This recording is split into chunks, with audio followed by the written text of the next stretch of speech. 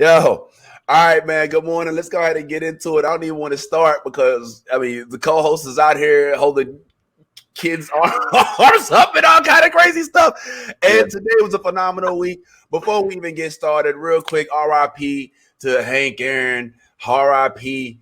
To Larry Larry King, and then R.I.P. Larry King.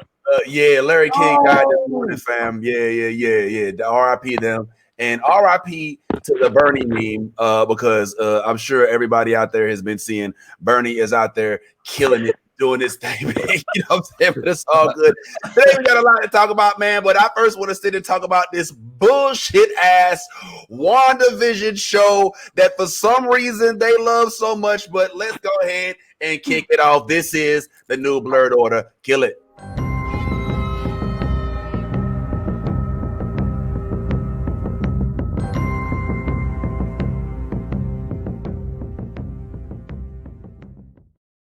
Ha. Good morning, folks. Good morning, folks. How's everything going? It is January 23rd. We have survived a whole other president, a whole insurrection, a whole kind of crazy stuff.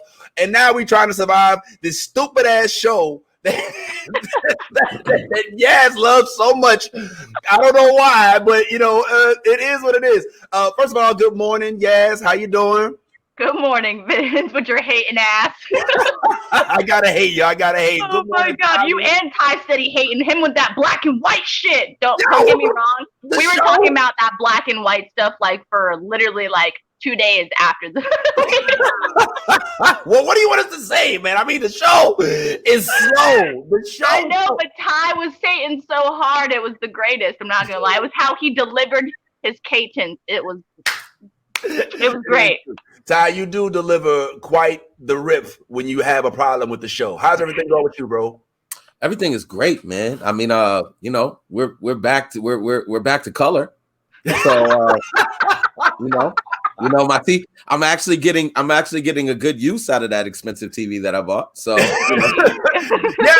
it is nice to see the color come back. For those of y'all who don't know, we are obviously talking about WandaVision, which hit Disney Plus, I think last week for the first time, giving us 2 episodes, starting off kind of slow from my standpoint. Wasn't really a big fan of it, but evidently it's starting to take a different toll. It's going a different direction. It's starting to reveal more and more each day. And this week, I think we have a little baby, hopefully tease trailer that doesn't get us kicked off. Let's see what it looks like.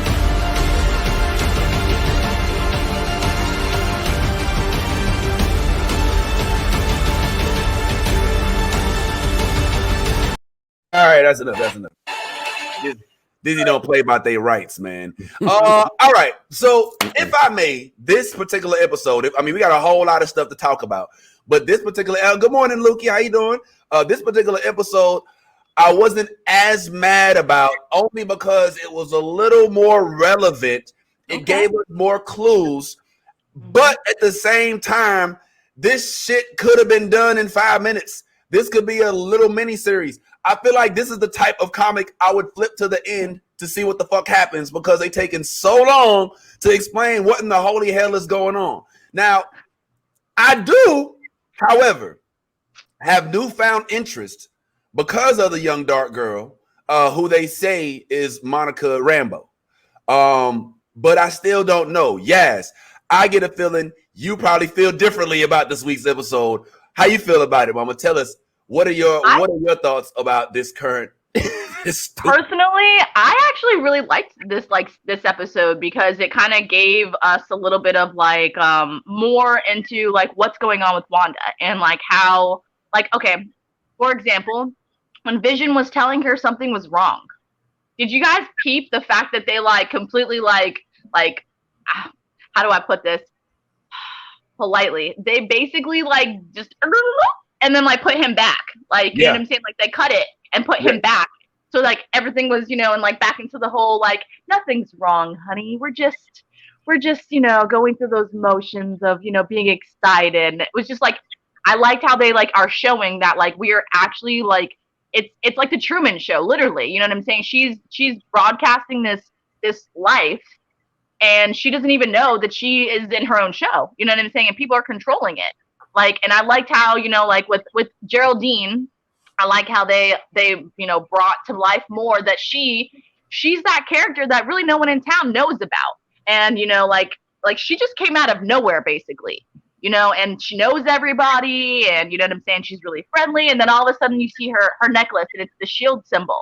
Like, I peeped that first time I saw her, that her necklace was a shield, because I was looking at it and I was like, oh snap, she's the undercover, which I thought was actually like really organic. That, like, you know, they made the black girl like the undercover, you know, like undercover brother kind of thing. So I don't know. I was digging this week's episode. The only thing I had a problem kind of with was like, what the hell was up with like Herb and cutting the damn wall, and him realizing that he was cutting the fucking wall? Like, that's the only part I was like, okay. I was a little lost. I'm not gonna lie.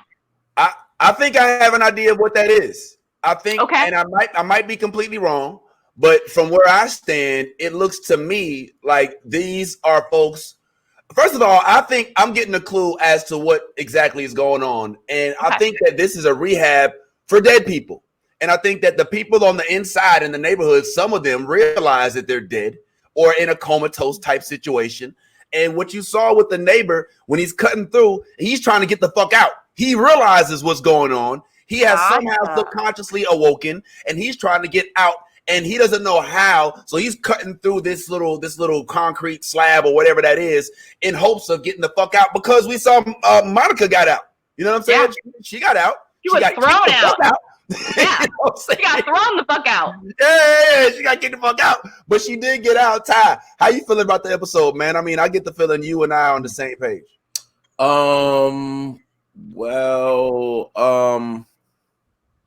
Let me say this. Let me address your what you just said first. I don't agree that he was trying to get out. I do agree that they are not that he was trying to. I think he was more or less trying to show him that this isn't real. I think because let's be clear, you can't take a hedge clipper or whatever those are and cut through concrete. That doesn't work. So the fact that he was doing that, and when he told him, you know, I think you're taking it, he was like, well, thanks for telling me, and he kept going. It was more or less to kind of show him that it wasn't real. And you know, the part where Herb was about to tell him, he was about to just tell him, he was about to tell Vision what's going on. I don't think they're dead. I do, however, think that they're all constructs.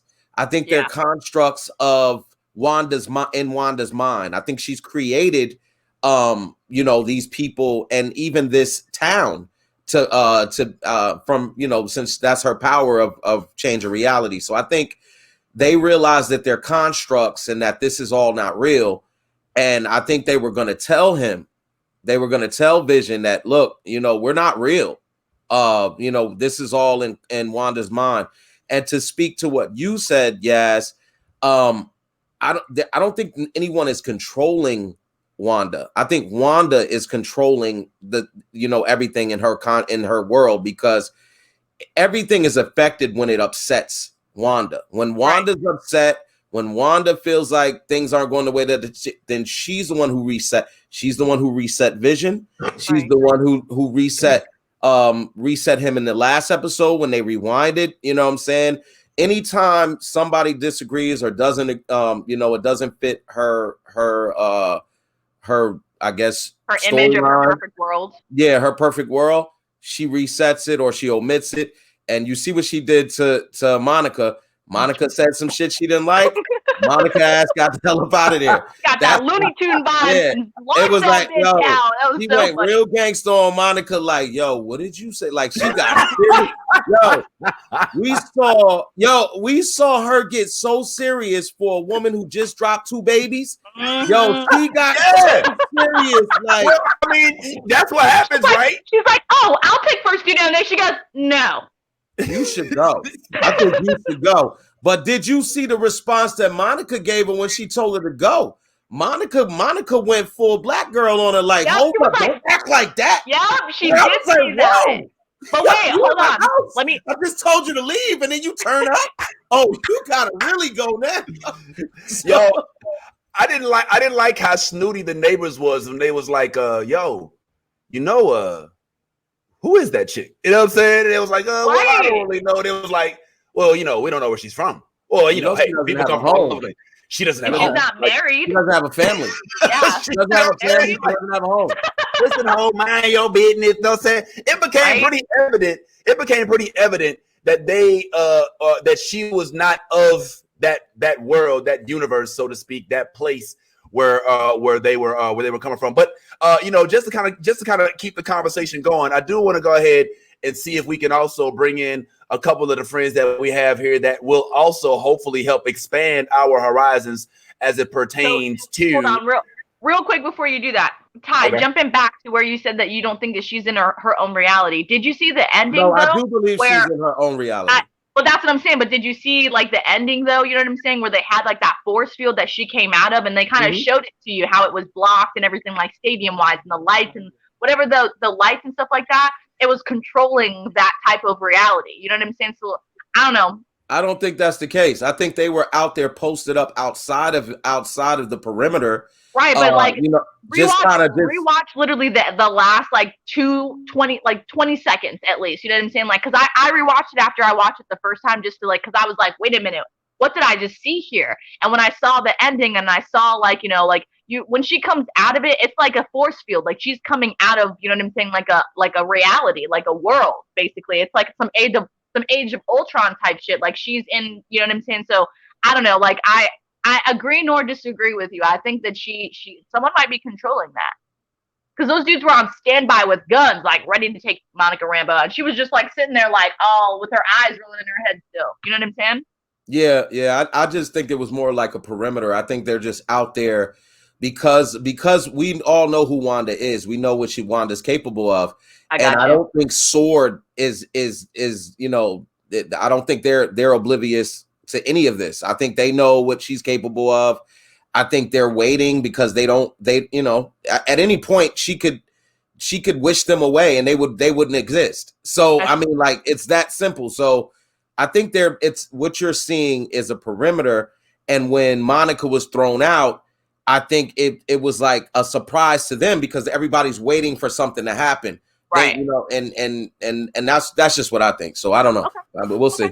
Well, I don't know what the folks that we have on our panel may think, but I do want to get them on in because I'm sure they probably have, unlike us, stuff to do on Saturday. You know what I'm saying? Shit. So our first young lady I would like to bring along, she actually is a good friend of mine, stand-up comic as well, a strong believer in the Marvel, a former worker at Disney, if I'm not mistaken, actually just recently did something for Full Sail, if I'm not mistaken, for Filipino history.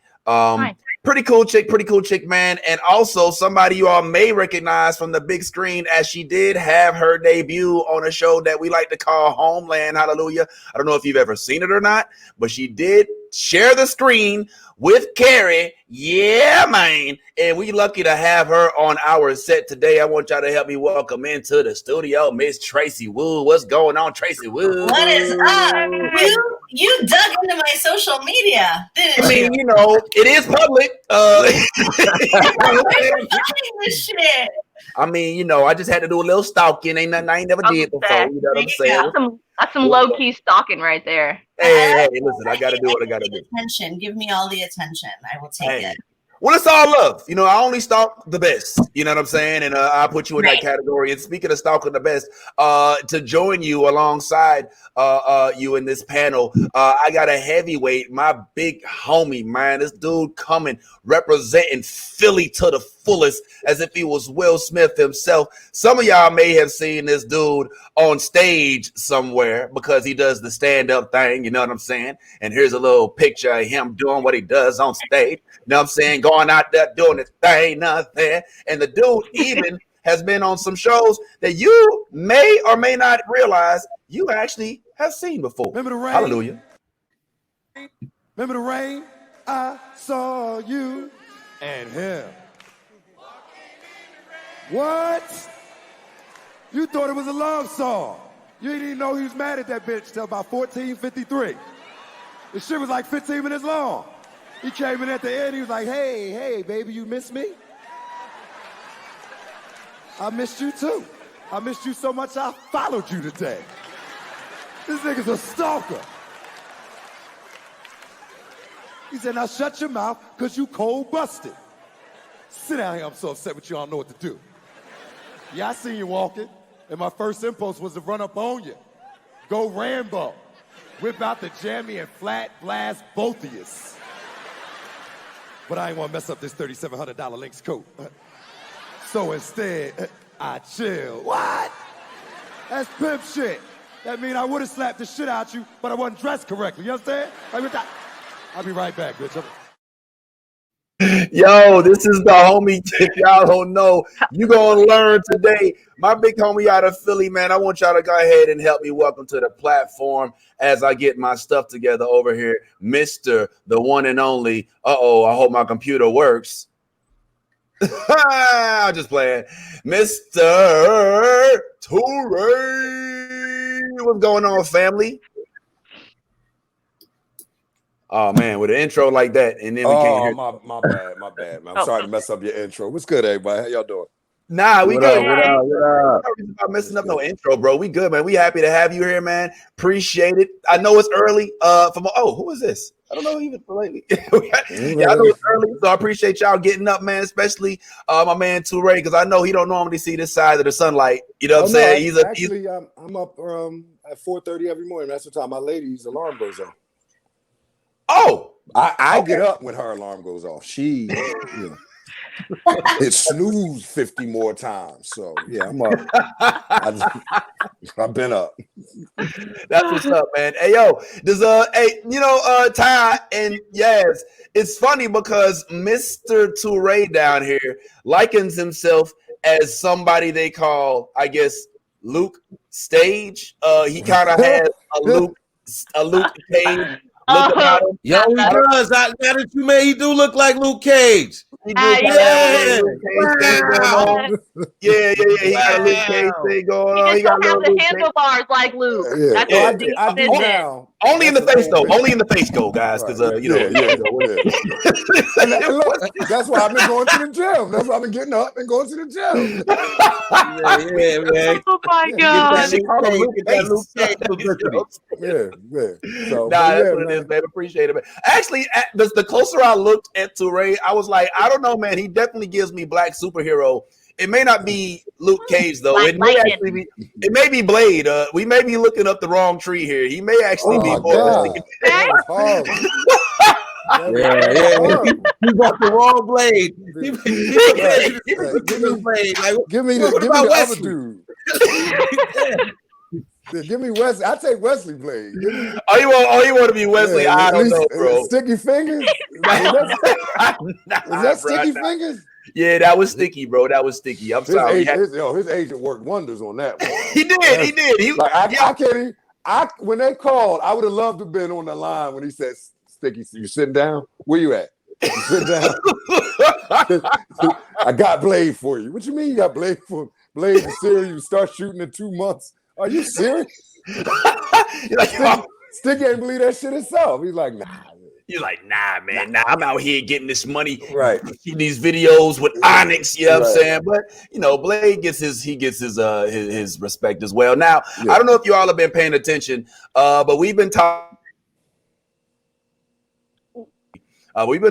about WandaVision on on Disney Plus. I don't know if y'all been checking it out or not, but WandaVision is currently all the rage, evidently, in the Marvel universe. Now I did let y'all know we was gonna talk about it. Don't mean you had to watch it, but did you? I want to go to Tracy first. Did you get a chance to watch it?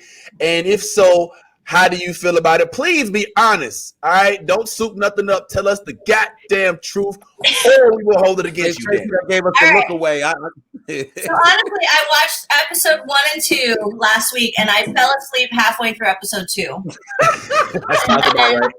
Yesterday, I was like, all right, I'm getting on this show. I need to watch it. So I continued watching episode 2, fell asleep again, and did not get to episode 3. It is so boring, and I am. Yes, I love Marvel, and I love Wanda and I love Elizabeth Olsen so much. I cannot get into the story. I'm like, what is happening? I don't want to think that hard. Like, you guys and your theories of what's happening, I want to sit in front of the TV and be entertained. I don't want to.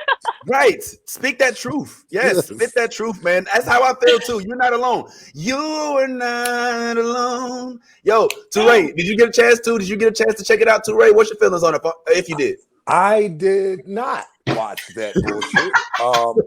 And based on everything I've heard thus far, I will not be watching that bullshit. I'm tired of like what it is the MCU figured out.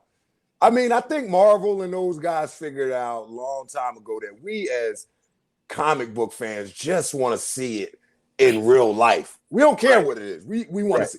And I think now it's like, yeah, take this, take that, take this. And it's like Marvel, Wanda, and the Vision ain't never been able to hold their own book. What made you think they're gonna be able to hold their own goddamn series? Like, wow. And then it's so far removed from anything in the former Marvel universe. Like, are they Magneto? Is Wanda Magneto's kid or not? Like, what the fuck happened? Like, wow. Wanda and Quicksilver was Magneto's kids. Yep. Wow. Well, yep. So in the comic books.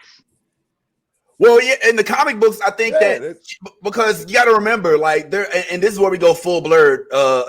You got to remember, Magneto is like Father Abraham. You know what I'm saying? He has many sons. Right, you know also, then they did that shit where he was an alternate reality and all. I get all that. All I'm saying, he's like the seventh son of the seventh son type stuff. That man got like a million of kids. Right, and I get all that, but all I'm saying is now it's like, all right, Wanda. After first of all, I gotta admit, I'm still fucked up over Iron Man. Infinity War. So I'm already sensitive. You understand? I feel like Marvel playing with my emotions right now, man. Y'all better give me something better than this. I got Disney Plus. Like, that's it. You mean to tell me The Mandalorian is the shit on Disney Plus? Is that what you telling me?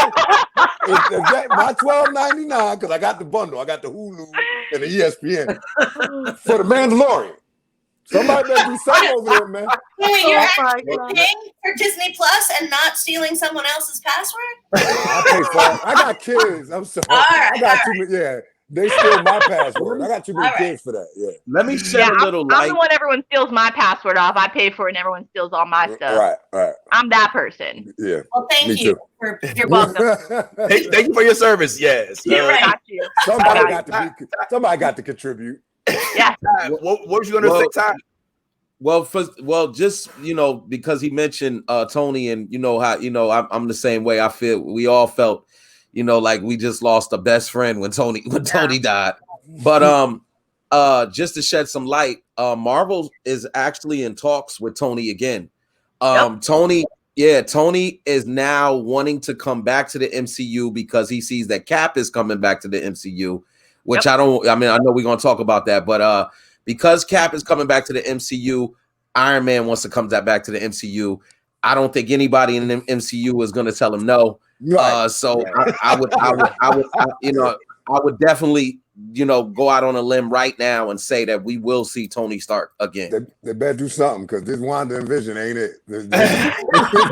Y'all know masks off, man. Am I the only one in here that like this right now? Yo, right now you are a woman on an island by yourself. I'm a lone wolf right now.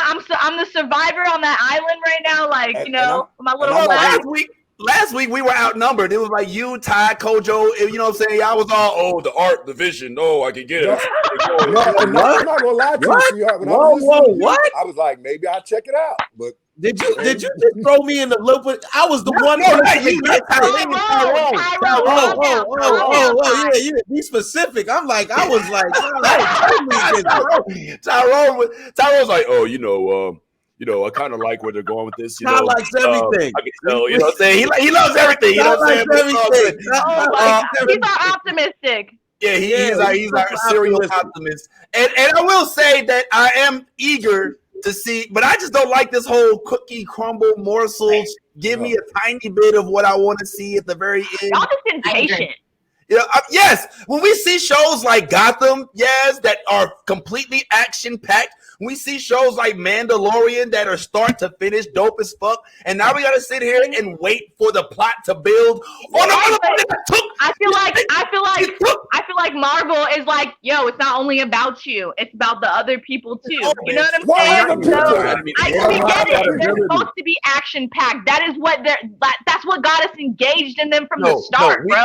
We do not want goddamn I feel like they got us hooked, and now they're giving us bullshit. Right. I want be patient. That's all I'm saying. If this was our introduction, it would be totally different. But it's based. I mean, like we've seen, like Luke Cage on Netflix was better. Daredevil was. The Punisher is like, come on, man! Like y'all can't expect us to. And I'm just saying, listen. Sometimes all this damn salt you guys are throwing, I feel like in the episodes to come, because mind you, we're only on episode 3. I feel like in the episodes to come, it might change your feelings a little bit. Just a little bit. Ty, stop with your face. I see your ass. I'm just saying. Damn, we already on episode 3. Like we still don't know shit. Like we only on episode 3. And how dare you say that? How long is it gonna take to be incredible? Like I don't have the time. What the fuck? Yo, it's 3 episodes deep now, and we've literally seen like 3 minutes worth of credible content in the show. Number 1, number 2, half of the show is credits. Like, if I'm the only one that I get to the end of the show and I'm like, damn, the show's over already, and then there's still like credits. I feel like a police chief here. Like y'all been in this for 3 weeks, and all y'all got is theories. Is that what you're telling me? You've been investigating this for 3 weeks, and nobody got a credible lead. Exactly. You feel me? Well, but I will say this. One thing that is cool, if I can segue this, is that it is still in the Marvel universe, and I love how the MCU manages to keep everything centric. Yeah. So it's clear that right now that there's something about this that has to do with Vision's demise in Endgame. So that part is kind of cool. We get to see what it is that takes them. So the MCU killed off a lot of folks in that last movie. In fact, one of the ones that supposedly died, as Ty has already referenced, is Mr. Captain America himself, who is now rumored to be returning back to the big screen as Captain America. Now, we already know, Ty, as you said, that Iron Man is coming back. It's a fact. It's not even debatable because he was already seen on the casting call for the Black Widow movie, which was supposed to be coming out this year. Yeah, they pushed it back again. What you say, Tracy? Tracy, an insider. Go ahead. Give us that. No, it was supposed to come out last summer. Right. Okay. I'm like, not this year. It's a 1 year, man. 2021 now. They literally, I posted in our group, and they're not. They pushed it back again. They pushed it back again. I'm not surprised. Yeah, this morning I put a post about it. They pushed it back again.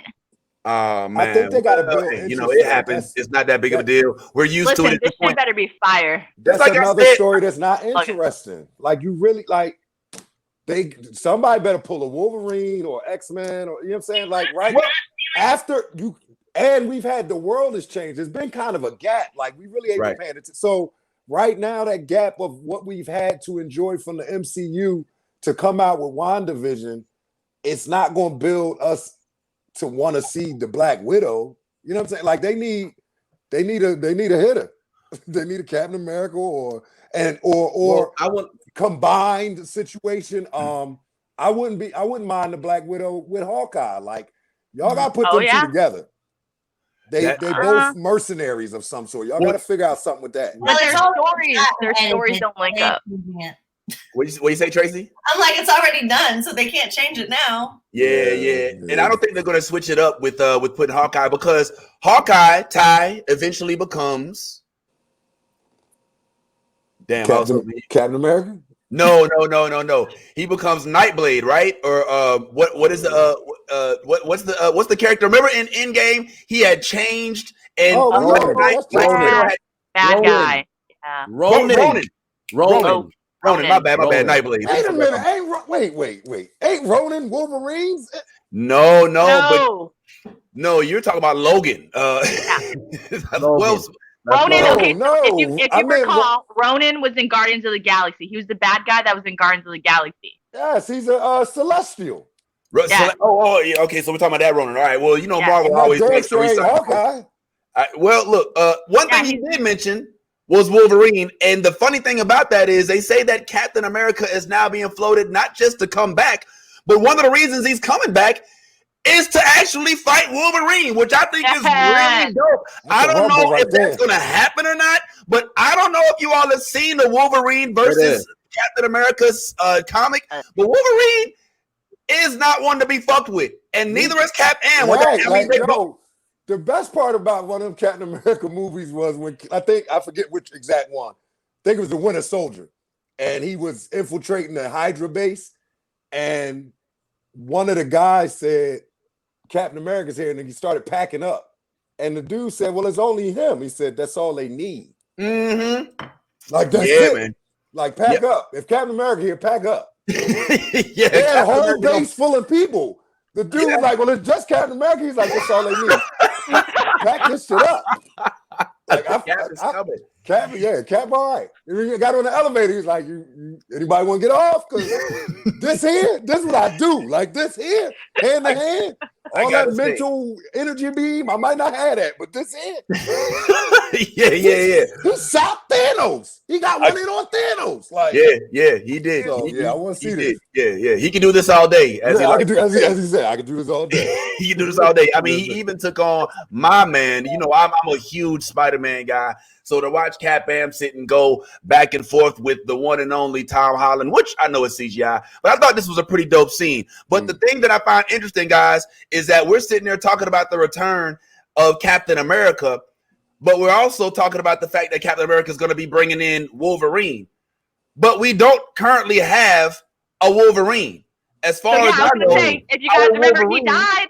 Right. Wolverine is no longer who we thought it was. Now, we have to give our props to one Hugh Jackman, who did bring us up to speed with Wolverine. Oh, yeah, dude, for years. Killed it, completely murdered it, brought us a whole bunch of different types, brought us through a whole evolution of Wolverines. So we got to give him credit where credit's due, because he definitely held the part down in a manner that made it almost like Iron Man did, where it's like I couldn't even see anybody else as Wolverine as of right now. Even though he was taller, like in the comic, Wolverine's like short as fuck. Like, he's like 5'2", you know what I'm saying? Mm-hmm. But he's just all brawn. And let's not forget, he's Canadian.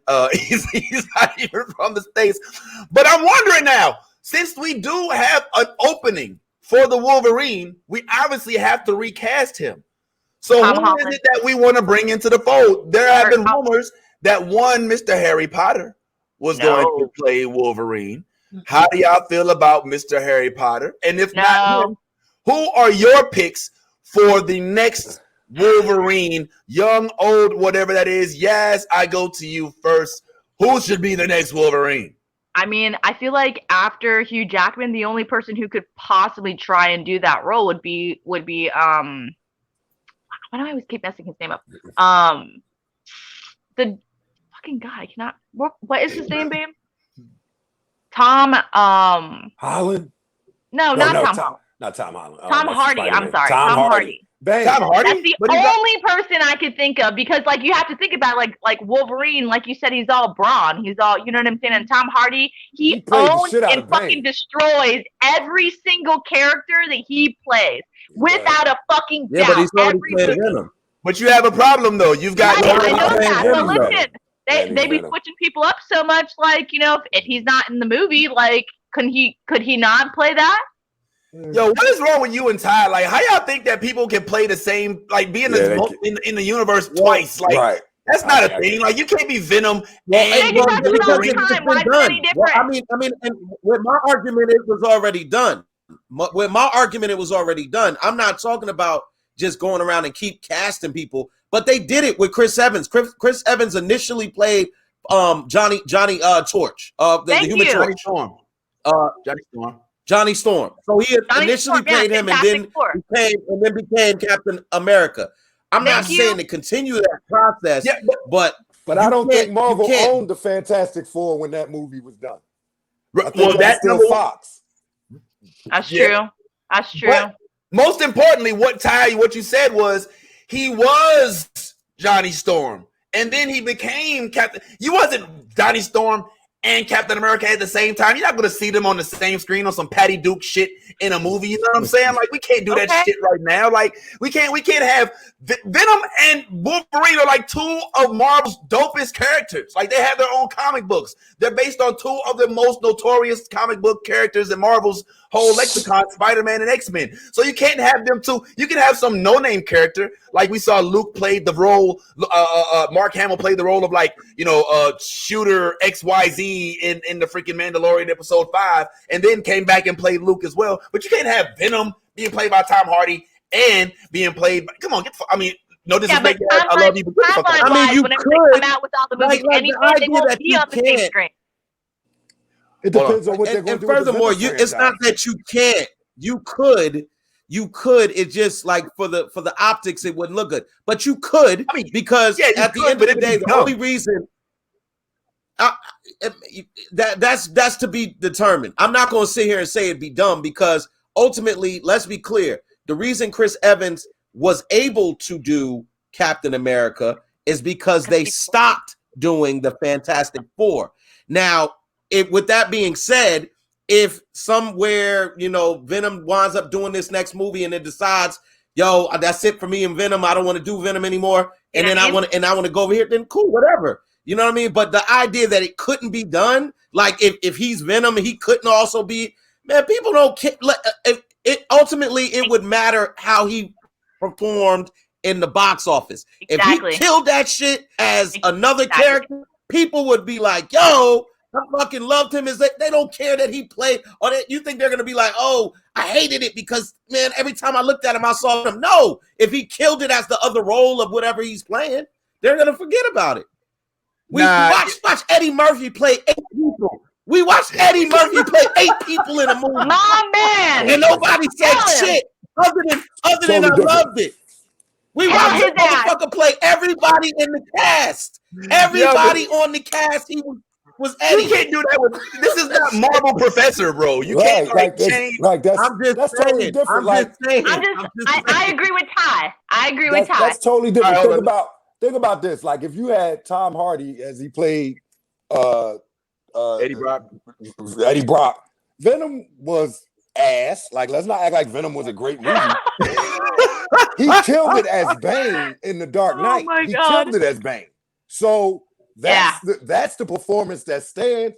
Like, Heath Ledger, bless the soul. Heath Ledger could never play no other villain for DC. He is the Joker. Right. You see what I'm saying? Tom Hardy is Bane. That role with Venom was ass. So yeah, he could come back and play somebody else because nobody remember Venom. Yep. That's the point. And you gotta, Tracy. like you're saying, the performance is what matters, yes. But exactly. If and he is a fucking grade A actor. Forget. Tracy, what do you think? Who do you think should play the next Wolverine, if anybody? You know what I'm saying? Don't make fun of me, but I think Zac Efron. Yo, hold on. Don't sleep. Don't sleep on this. Yo, He's so hot now. Speak on it. Speak on it. Wolverine? Go ahead. Yes. Hold on, wait. Tell us what's up, Tracy. Let Tracy speak, because I think Tracy has something here. Yes. Because I'm old, but that kid, like, I remember him from High School Musical, but now I'm like, you are looking good. Oh my God. He is so hot now, which is kind of pedophiling me. But he is looking good.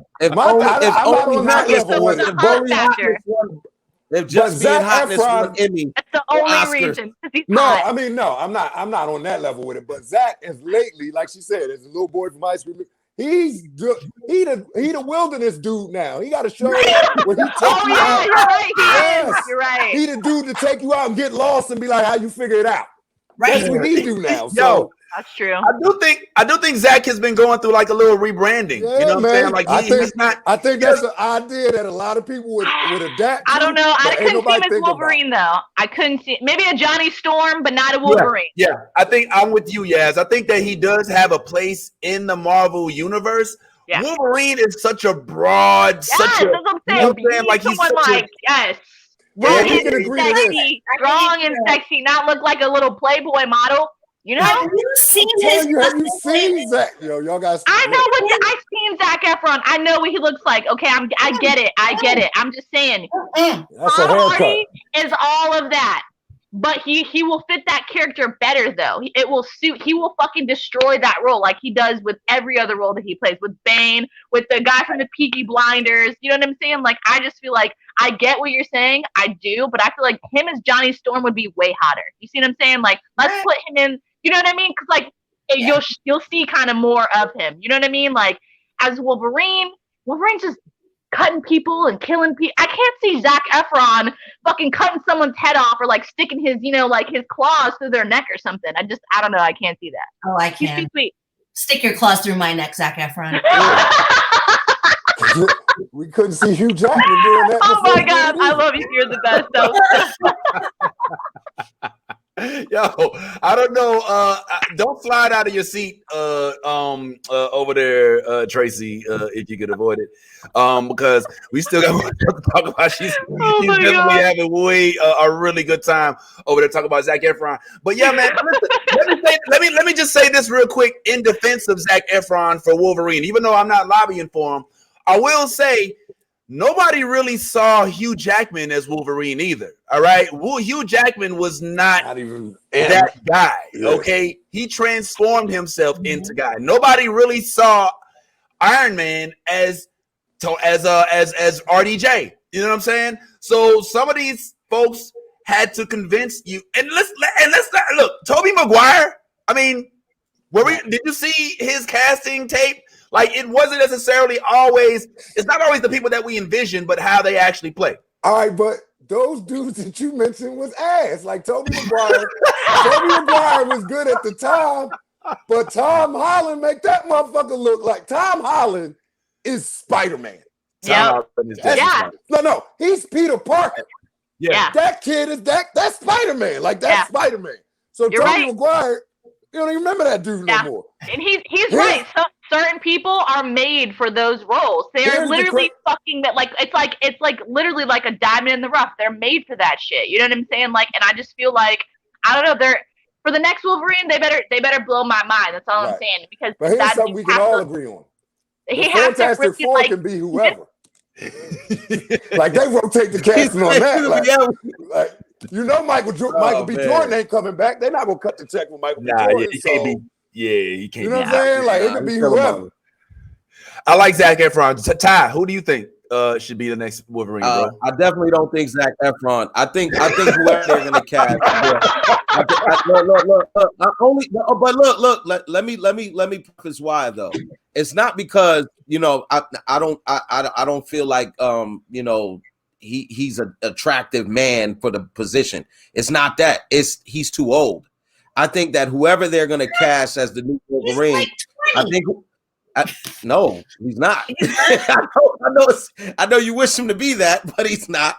But ultimately, whoever they cast for the new Wolverine will have to be young enough to continue the saga of Wolverine, because it's not going to be a one movie deal. It's going to be a multiple movie deal. The whole reason that Chris Evans is coming back is because the MCU wanted him to sign a 3-movie deal. 2 of those movies they want him to do with Wolverine. So just FYI, in case you didn't know, they want him to do 2 movies with Wolverine.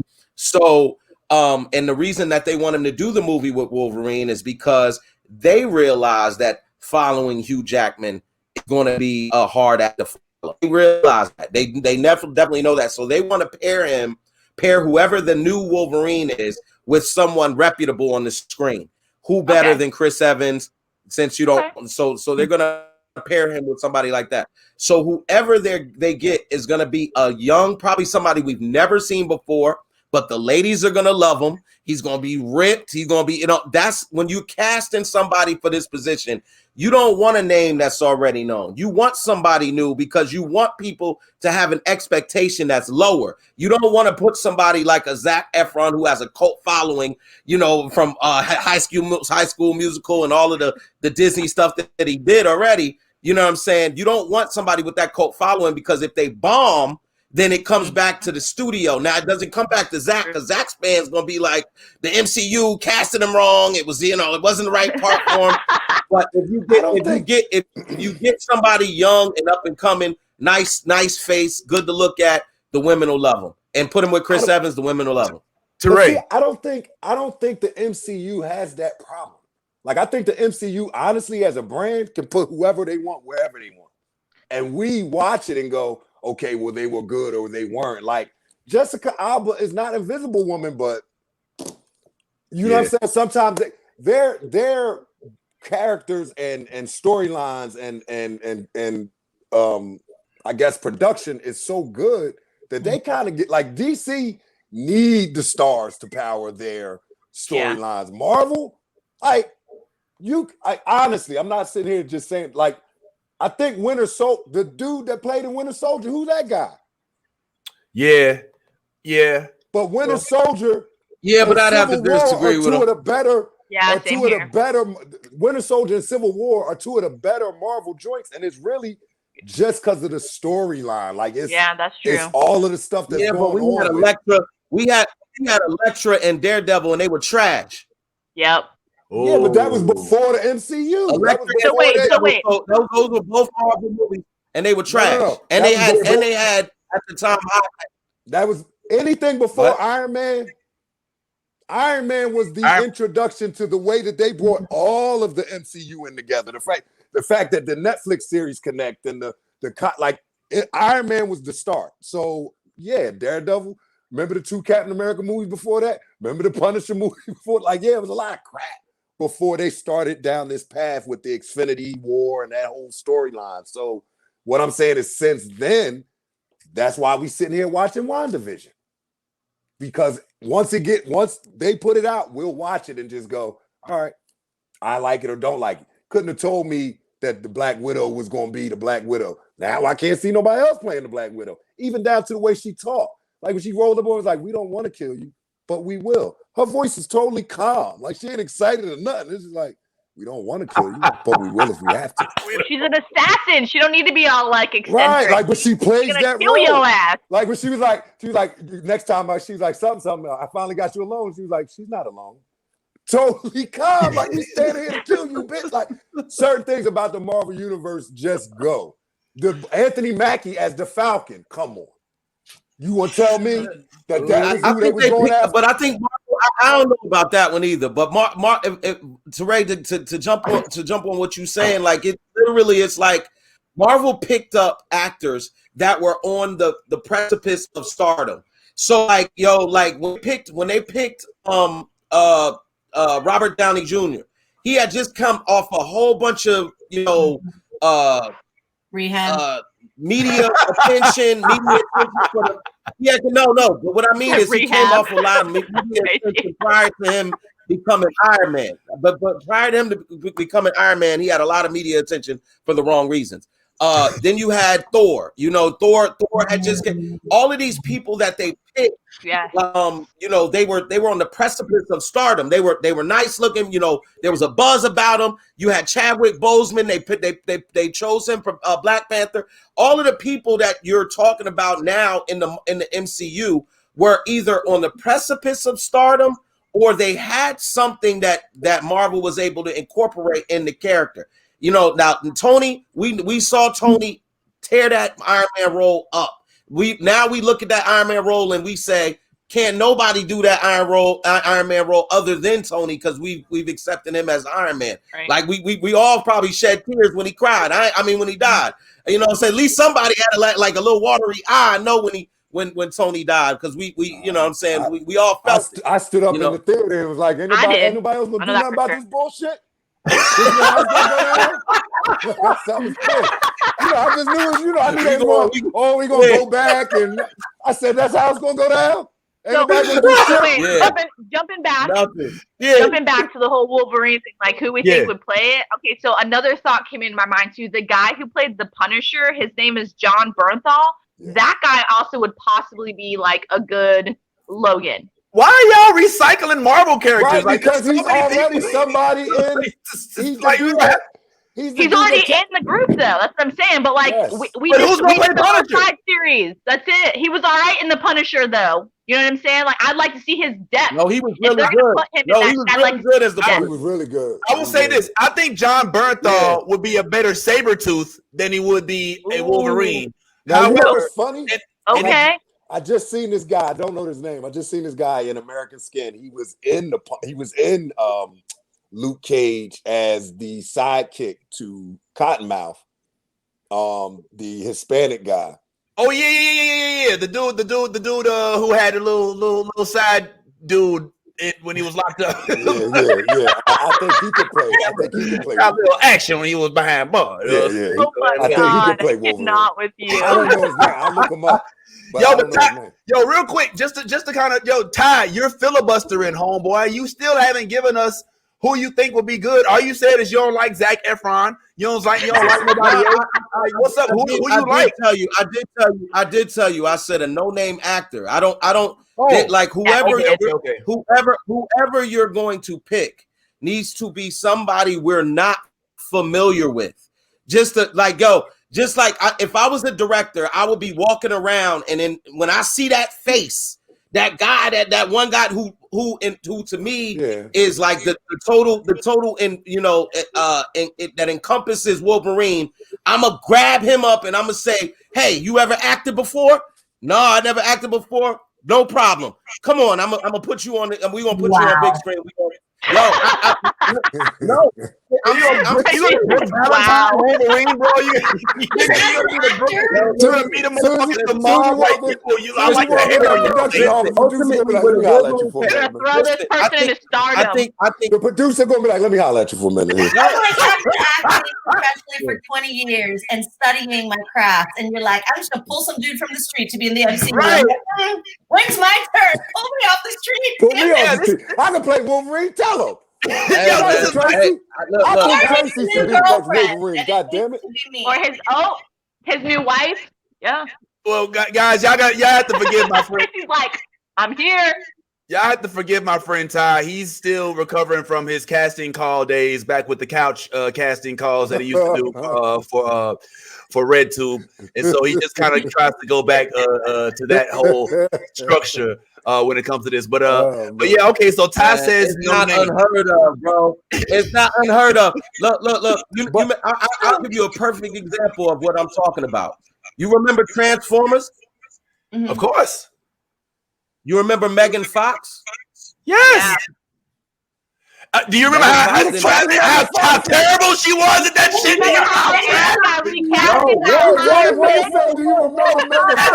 That's your go-to was Megan Fox, bro. Megan Fox. Whoa! This is not. You're not listening. Just walked away. No. Megan Fox reached stardom off of that movie, and she didn't. And you saying she didn't act. My point is, they got her off the street because of her face. Her face is what pushed that movie. Megan Fox was a star in that movie because she was the best looking person. Are you nuts? Agreed. Two things so we can get quick. All right, two things. Agreed. I agree. But who the fuck is Megan Fox in the Transformers universe? What's the name of that? Thank you. One. Two, I do think they could put a no name in because, as I said, it's the MCU. I think it would work. I think you have a point there, Ty.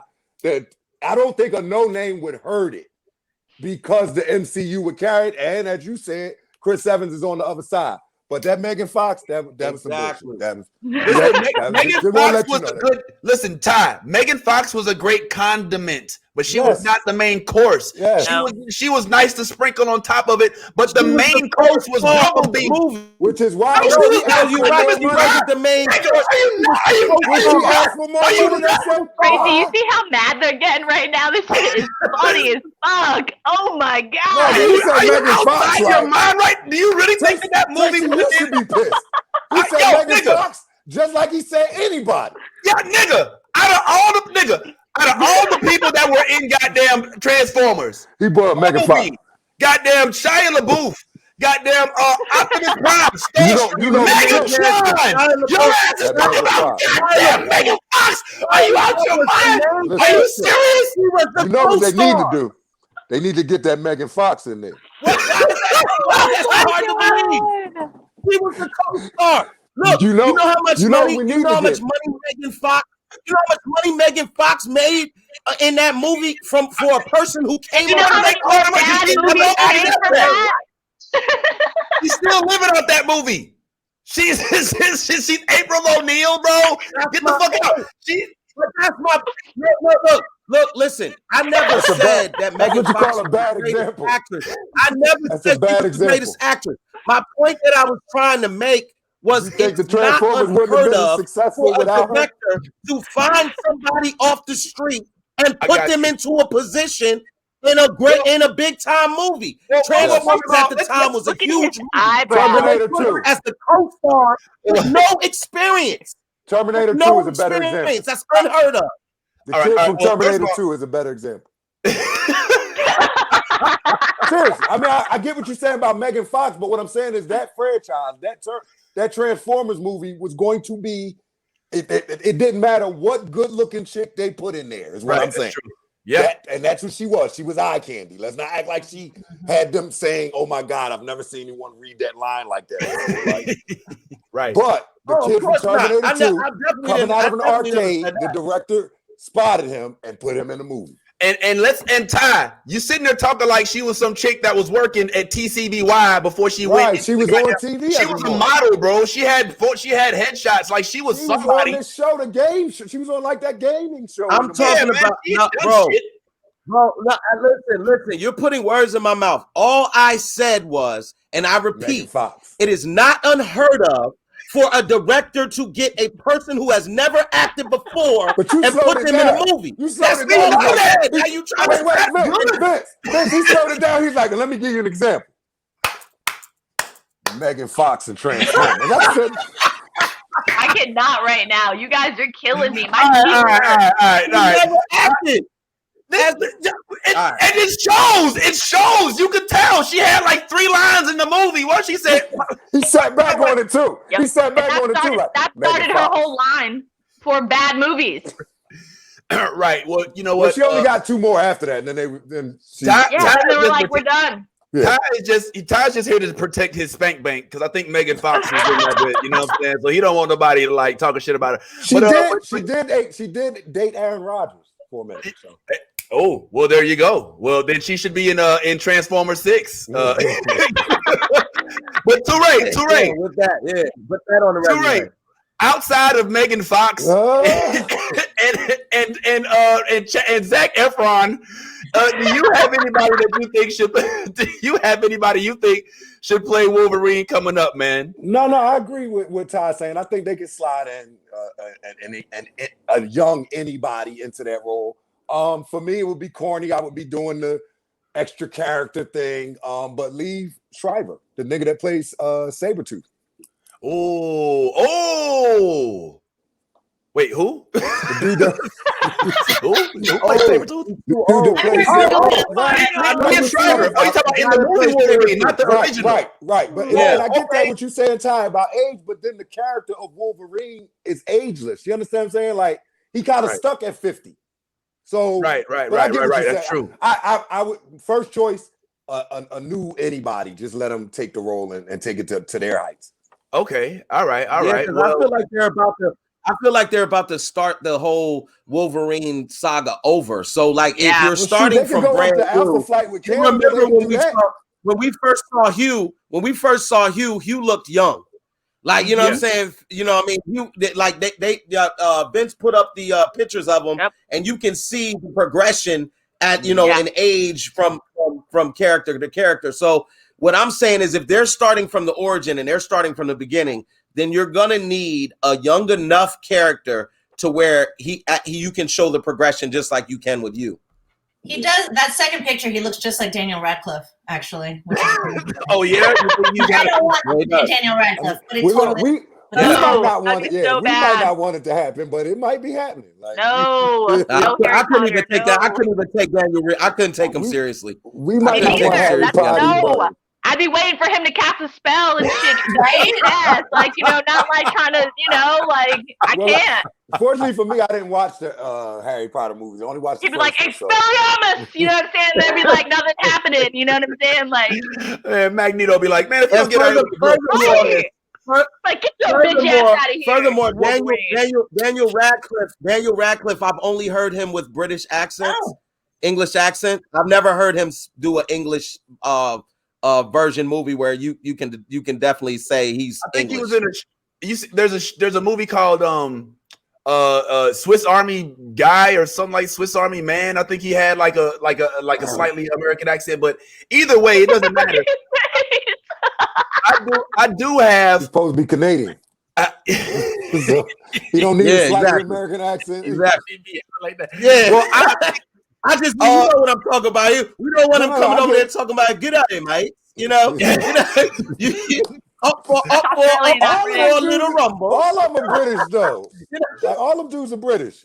I will say this, guys. I do have a pick, and I think that they're not all British. I think that Tom Hardy's British. You would never know unless he talks British. Let me but I mean, Chris Evans isn't British. Robert Downey Jr. isn't British. You know what I'm saying? Like, yeah, right. Well, yeah. Two of the Spider-Men have been British. Anthony Mackie, Terrence Howard, mine. Now this guy, he was so stupid. He could have been War Machine. Yeah. I don't play second fiddle, mine. You know, mine. All right, man. He said, man, I got a movie called Empire. I got a series called Empire. I ain't got time for that. No, he sure did, and that lasted well. But right now, if I may, I do think that a certain individual is being at least courted for the role of Wolverine, and I have to say that I agree with this decision. I am talking about one Taron Egerton, who is currently being shot as potentially the new Wolverine. Now, you may know him from the Kingsman fame. I was gonna say that's the Kingsman. That's Eggsy. Fuck yes. Right. So you may actually remember him, and if you look at him close enough, he does kind of give you half Zac Efron, half Hugh Jackman vibe. Now that you bring it up, these, you know what's funny, because fucking Jon Snow should be Wolverine. I can totally see him as Wolverine though. Yeah. You think so? I can see this dude as Wolverine. You know, it's so funny he just mentioned that. Yo, it's funny because I was thinking that too. I was thinking Jon Snow too, but Jon Snow definitely. Again, I think it's a damn shame. I would definitely, you know, campaign for Jon Snow. However, I really do think it would be in Marvel's best interest to go with somebody we've not seen before and just allow the fandom to build up behind a new character. You know what I'm saying? Like just like they did with a lot of the like Ant-Man. Even though Ant-Man had done a lot of shit before. No, but hold on. You're contradicting yourself, bro, because Ant-Man is not some no-name character. Paul Rudd is a well-known guy. We love him. I know. I just said that. And let's not sit here and pretend like only people that are unknown come in and kill roles. We know who the fuck Scarlett Johansson was. We knew who the fuck RDJ was. And we knew who the fuck Liam Neeson was. We knew who the hell Don Cheadle. We knew who Don Cheadle was. We knew Christian Bale. We knew these people, bro.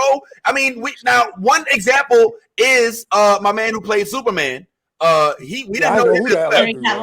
Henry Cavill. Yeah, we didn't know him as well. And we didn't really know baby girl that played Wonder Woman. You know, Gail Gadot. I like Gail. We did. She was in the Fast and Furious.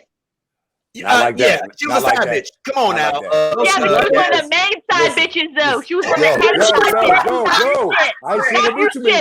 She ain't gonna be too many poor bitches. She ain't gonna be too many bitches. I know that's right. Tell her too, right? We don't play that about Gail. We don't play about Gail. Look at my stalker ass. You said she was in the Fast and Furious. Which one? Because I ain't really watched all of them. I let a couple of them go. She wasn't in no go start watching the last after the fifth one. I'm pretty sure she's in that shit, dog. Like keep watching. Once the Rock got in the car, I'm like, oh no. Touré acting like he can't just Google her picture. Like he gotta go. Right? Thank you. I got all the pictures. I wanted to see the movement. Just Google it. Just Google her and what she's been in, and it'll show you. There you go. That way you don't have to waste your time with the other bullshit. But what say you guys about this choice, though? I mean, I know you all have had your respective picks, but what say you about Tehran? I think that if they are going to go with an established actor, I think at the very least, this is one that could get the role without there being too much controversy about it. What say you? He's a badass. I agree. I'm not familiar with him at all. I would give him a chance. Yeah, watch the Kingsman movies. Watch the Kingsman movies. You'll fucking love them. Tracy, you didn't see Kingsman? No. There's two of them. Watch them shit. Isn't he British? Isn't he another British actor? British hate, bro. The Revolutionary War is over, man. Like, calm down. Like, come into the 20th century, man. It's not hate. It's not hate, bro. I'm just saying, like, you're talking about unless I've seen you in roles where you can play the role of in this case a Canadian, which would be French Canadian, whatever, or an American role, then I'm not with it. And I'm telling you, Egerton or whatever his last name is, I'm sorry if I mispronounced it, but I saw him in The Kingsman. He played to his role. I mean, you're an Englishman. It's easy for you to play yourself. Like, actually, he was a kid from like literally the hood, the slums of London, and like you saw that, you know what I'm saying? And like he didn't have really his whole swag, his cadence that he had. Tell him who he was. You know what I'm saying? Like, but he's still like, I feel like he's gonna be a badass actor. To be honest with you, I feel like he will literally embody Hugh Jackman how we first saw him in those first X-Men movies, because he's already a fucking action-packed actor. That's what he fucking does. It brings us the fucking action, and we're ready for it too. So I feel like that's a really good like person they casted for that. And yes, I agree. Also, I know his name's not officially Jon Snow, but Jon Snow would be another good choice. You know what I'm saying? Like those two, I feel like they're big names, you know, because we've seen them in other things. But those two, they would bring what that role. We already have an envision of what Wolverine is like, and if you're not gonna meet those standards, then why the fuck do we even have you in the run up to be on there? Is all I'm saying. Yeah, that's fair. That's fair. What were you saying, Toure? We interrupted you, man. No. I agree with what mostly is what's been said. That's a good choice. That if that's who they're looking at, that's a good choice. Because I do think he can bring that. Jon Snow was just my choice on a physical look. You know, just he looks like he could pull that role off. And I mean, shoot, we enjoyed him as Jon Snow. But again, it just goes back to, like I said, I think the brand and the storyline is going to be strong enough that we'll tune in, because it's Chris Evans, it's Captain America. You see how excited I got when we started talking about Captain America. You know what I mean? Yeah. I don't think I've ever been that excited about a white man, but he is Captain America. Like she's like, you know, she's like, I sit this one out, Cap. That's God-like down there. He's like, there's only one God in my book, man. That's just like that. The nigga jumped up and I'm like, yo, that's Captain America, you know. So it'd be good to see if the storyline means, you know, the U.S. Secret Shield and they cracking the Alpha Flight. There's so much there with that Wolverine thing that I'll be looking forward to whoever, you know, they put in there. I gotta say, you were pretty excited about Gal Gadot. True, but for different reasons. Not a right man, but it's cool. But I agree. I think that if they are going to pick somebody who does have some chops, in other words, they got somebody who actually could potentially play Wolverine, who has his adamantium claws and his healing ability. I do think that if they want somebody to pick that, then Taron Egerton is a good run-up for it. Either him or if we're talking about just nails and stuff, anybody from my cousin Keita's hair and nail salon as well be considered, because she definitely can make a motherfucker look like a Wolverine, even with their acrylic. Oh, damn, those are dope. Hallelujah. Yes. Full on saber tooth. Do we wear shoes? Wow. Shoes for what? This is for what about when you're cuddling with your like your significant other, and you know your toes and your claws be rubbing up you them? What the fuck? Cuddle with caution. You got to sign a waiver to sleep in the bed with this young lady just to make sure. Oh my god! You get poked in the booty by a nail. That's nasty shit. Oh my god! Yeah, like that's no functionality. That's funny. Why would you go there? Like, who put? Oh, you know what? You know when you're like back to back, you know what I'm saying, and your Right. feet, you know, you start rubbing up against each other. You know, you accidentally go too high, and Right. you know what I'm saying. That's why I don't cuddle in bed. Austin, what kind of freaky shit y'all got going on over there in the background, Listen, homeboy? this is why I don't cuddle in bed. This is why I bought a king size couch for that shit. I don't cuddle in bed. It's dangerous. Couch. I mean, I know moving around, I didn't caught my lady with an elbow or vice versa. See? So when you add sharp instruments, Yo, that shit hurts. I can't with y'all, man. I can't with y'all. But you know what? Whoever it is that gets this role, if somebody does get this role, Tyron, Gail Gadot, goddamn Megan Fox, it don't matter. Shit, if it's Zac Efron, hopefully, man, so we can get Tracy to tune in. It doesn't matter, yo.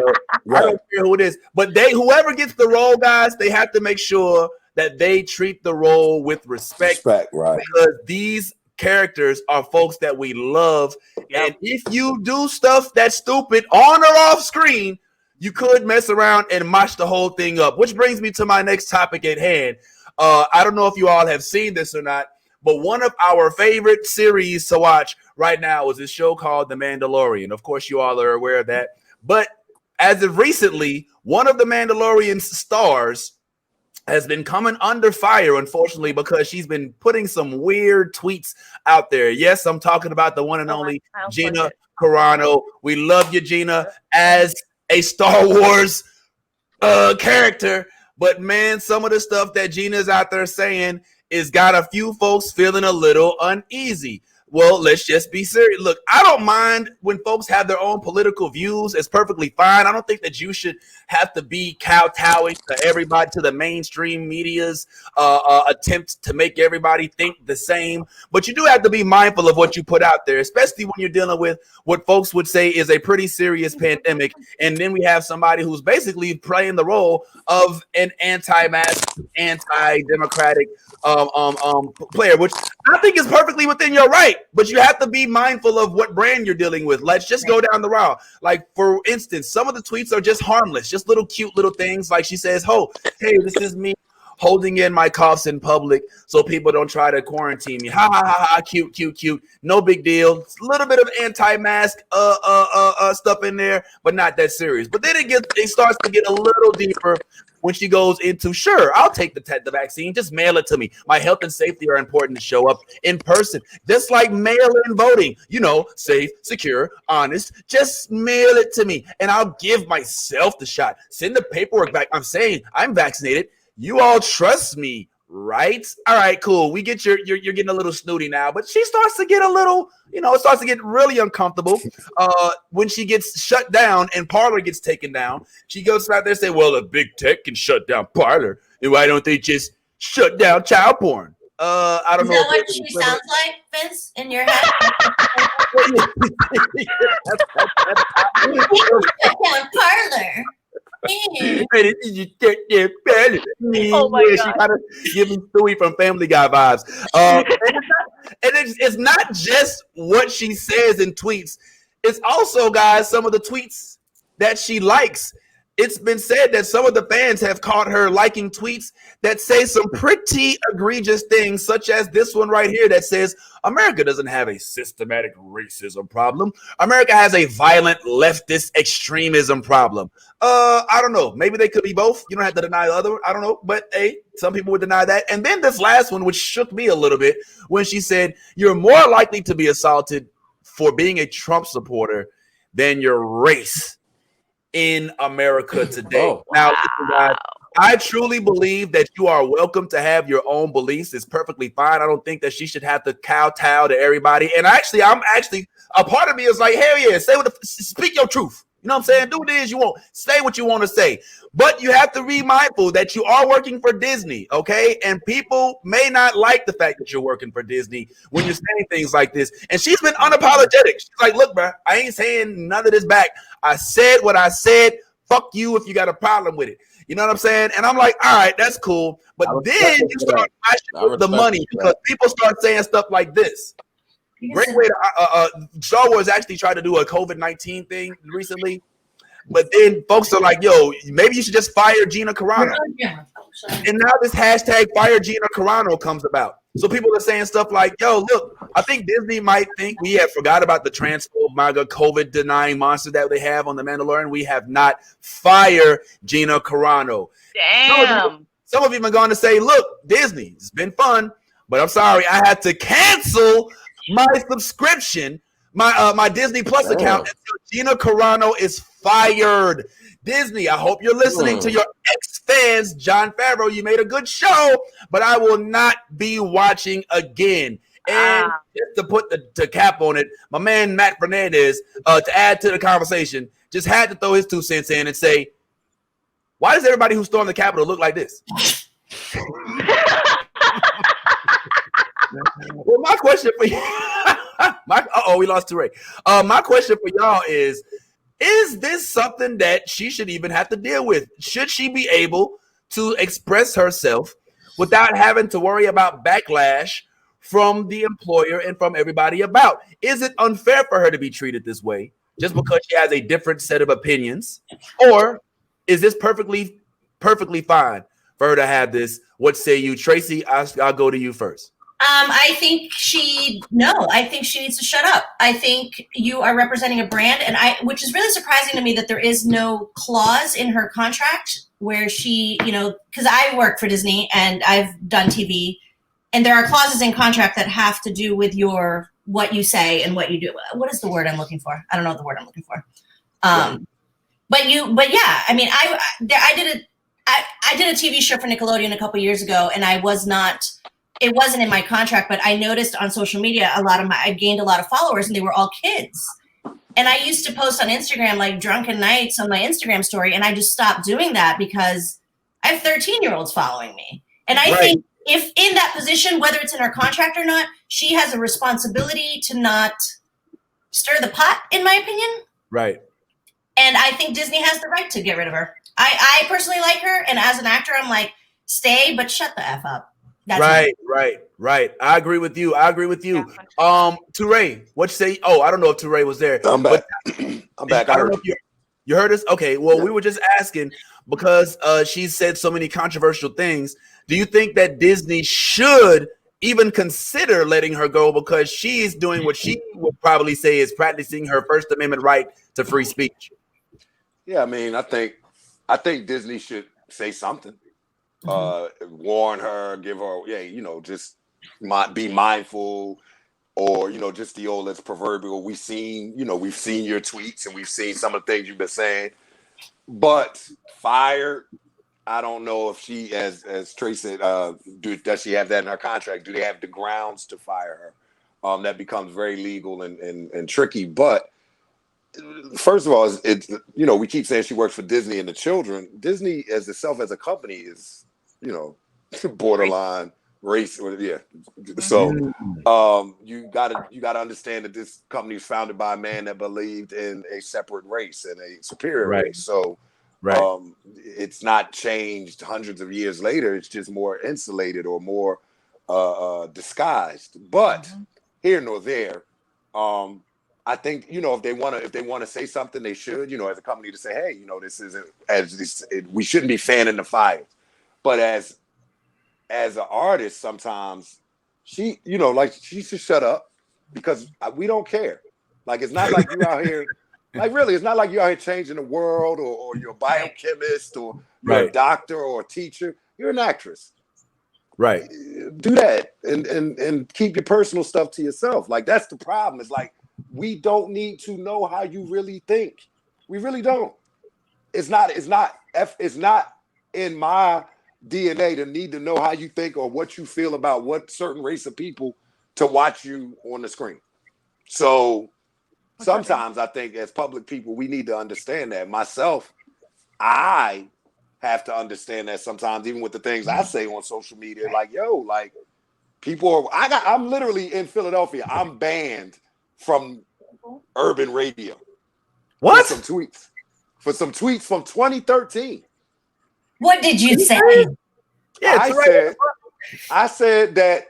You guys said something about Fresh Prince, didn't you? No. I'm riding this. It was 2013. My daughters are 18 now. So, 2013 is what, 8 years ago? Yeah. So, 10. We on the way to school. I'm in the car, got the radio on. I turn the radio on because I don't want to play my playlist. I'm trying to be in the car, be PG-13. 8 o'clock in the morning, bust it open, mama. Give it up, mama. Do this. I'm like, So I tweeted, I'm like, yo, can I ride to work? Can I ride to school with my daughters in the morning without them having to bust it open or drop it down or get that money? Right. I said, I believe radio has an obligation to the community it serves. This music is damaging. So yeah, I'm banned. Wow. Now, did I say something wrong? Did I say uplift the people? Did I say fuck white people? Wow. But because they didn't like it, but what I have to take from that is you're being watched. Your public outburst may come to a situation where someone may do something against you to sanction you because of what you said on social media. That's my experience. So for her, just be quiet. Like I don't need to know that about you because now I'm gonna look at you differently. Right. So, but as a company, do they have an obligation to say? I don't think they can fire her because then she could sue and get paid anyway. But if they want it, I've always said that if y'all want to send a message, go ahead and fire her and deal with the legalities. But they're not going to do that. But if they wanted to send a message like, "Hey, we're not even for that. Your social media we can't deal with that." And if they fired her for that, then that would be a move. And somebody would go, "Wow, Disney really standing on nerves." But they're not going to do that. So should they say something? Yes. But didn't they do that with the director of Guardians? What's his name? Yeah. With you're talking about they fired him over tweets from like 20 years ago, didn't they? No. Yeah, they Who's did. The director? Yeah. What's his name? Somebody in the comments, Google it. I forgot his name right now, but yeah, I know exactly what you're talking about. Yeah, they fired him for a little bit for making a tweet about boys in the shower, or it was not something that was now it was a joke. Yeah, it was borderline. It was a very bad joke, which is where, in my opinion, like if you don't look at the joke and you're like, yo, this is good, then don't tweet it. If it's borderline, it's like, yo, I don't know what it is. But James Gunn, that's absolutely right. Thanks, TJ. Then they rehired him, right? But yeah, well, what happened was James Gunn said, look, he said something like, when I'm in the shower and I don't have high pressure, I feel like little boys are peeing on me. You know what I'm saying? Something like that in a tweet. You know what I'm saying? Oh my God. And they were like, oh, hell nah. So there was this outrage. It was right amidst the cancel culture movement when they were just like going through everybody's tweets to see, Kevin Hart went through it. A lot of folks went through it. And then they finally was like, you know what? We're going to go ahead and release him. But who stood up for him was his castmates. The dude that played Drax. Even my man, man, I'm sorry, man. I don't, my memory don't work as well in the morning as it does later on. But Star-Lord, all of them, they was like, yo, look, if y'all don't have James Gunn direct the next Guardians of the Galaxy, I don't want to be in it. Right. And so there was this period where we didn't know if it was going to happen or not. Then James Gunn, in one of DC's most swift moves, got swept up to go direct Suicide Squad 2. And now Marvel's like, hold on, bro. So you just gonna go over there and give them all our secrets? And then went ahead and took them back. So yes, you're right, Tracy, 100%. They did have this happen to a director. And it's funny how this is not being the same thing as it happening. Now, we're all talking about Marvel versus Star Wars. Okay, so there is a difference there. And Kevin Feige is not the same as well, actually, I mean, they are the same. Go ahead, Toure. It's different when it comes to these kids and sex, man. True. Like right. It just is. Like, Trump rolled out 150 pardons. He ain't even think about R. Kelly or Bill Cosby. And I mean, I'm not saying that he should have. What I'm saying is, them dudes don't get no respect, man. They don't get no. I can't defend them as a black man. I can't say, oh, they railroad. It's like, what you did, you preyed upon people, or you preyed upon women, or you preyed upon kids. It's different. Right. It's just different. Yeah. I agree with that. It's different, but it's a joke still. You know what I'm saying? And it's a joke, but it's a bad joke, my nigga. Like, well, my nigga, he's still working. If he'd have told that joke, it's different. If he'd have told that joke at a party, somebody would have asked him to leave. Like, if he'd have been out loud, they'd be like, yo, you gotta go. Like, yo, get your nasty ass out my fucking house, bro. I got kids, dude. You gotta go. yeah. And Yas is having them hold up their hands right now in the corner. Yeah, so I get it, but that's also, like you said, it was a joke, and he had people stand up for him, and all of those things. Like I said, because he did apologize. Right, and that's what is she saying? I ain't apologizing. Right. That's why Disney should be like, no problem. You don't have to. Right. Yeah, because I guess it's an opinion. It's nothing. Right. It's not illegal to believe what she believes. It's just and stop. that's true too. Yeah, just stop.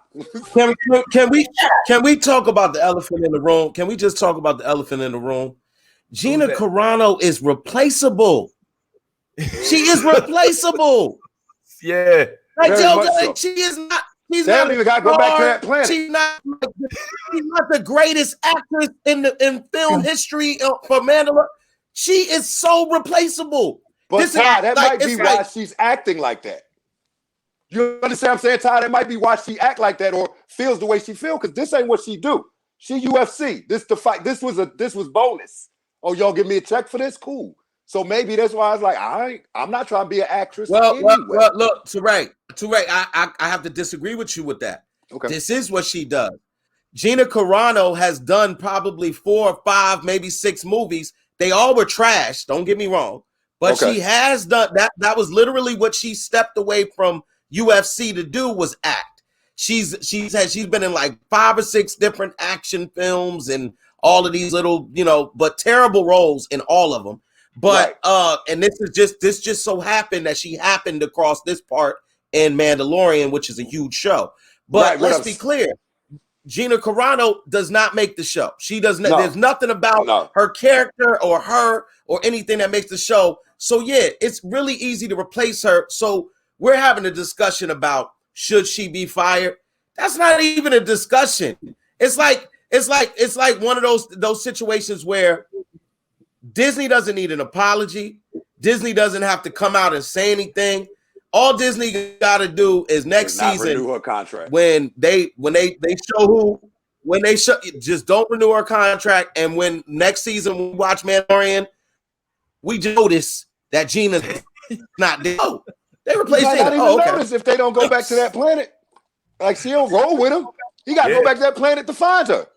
That's true. Yeah, this is true. That's it. I didn't know what the Mandalorian looked like. And no lie, no lie though. And if they want to keep the whole like appearance of her being like, a big, like just like husky kind of woman, they could always use Plasma, the actor that they use for Plasma. You know what I'm saying? Yeah. Real quick, I'm sure she wouldn't be on like, Instagram talking some nonsense and stuff like that. Right. Yeah. Well, they're gonna mess everything up. I already heard that Jar Jar is still upset with the fact that they're even considering letting her go. You know what I'm saying? So I don't know if this is necessarily the best thing. Listen, Jar Jar was like on the bad side, dog. Like I got this meme. I've been waiting to post in the group just because I don't want to be salty to you and your Jar Jar love, but I'm gonna blow your fucking mind when I post that shit. I'm just saying. Just look out, all right? Look out for that shit. I'm ready, yo. Post that shit, man. Well, I will say this. I think that the biggest thing to take away from the Gina Carano situation is that she's putting Disney in the position to even have to think about this shit. You know what I'm saying? When you're a boss, you don't want to have to worry about whether or not you have to or have to not. Like, that's a headache they don't need. You know what I'm saying? Right. Which brings us back to Ty's point. Franchise. And for them to even have to wonder whether or not it's worthy of them making news with this is a headache. I don't understand why she feels the need to. She can have these feelings and talk amongst themselves with her friends. She doesn't have to be Trumpian and put this shit out there just so she can get some likes and retweets and show that she has some sort of favor with the insurrectionist movement. I don't understand why it's so important for her. She should do it the same way that Star-Lord did. Because we know that he is definitely a Trump supporter. We know that he is definitely not down for the Black Lives Matter movement and things like that.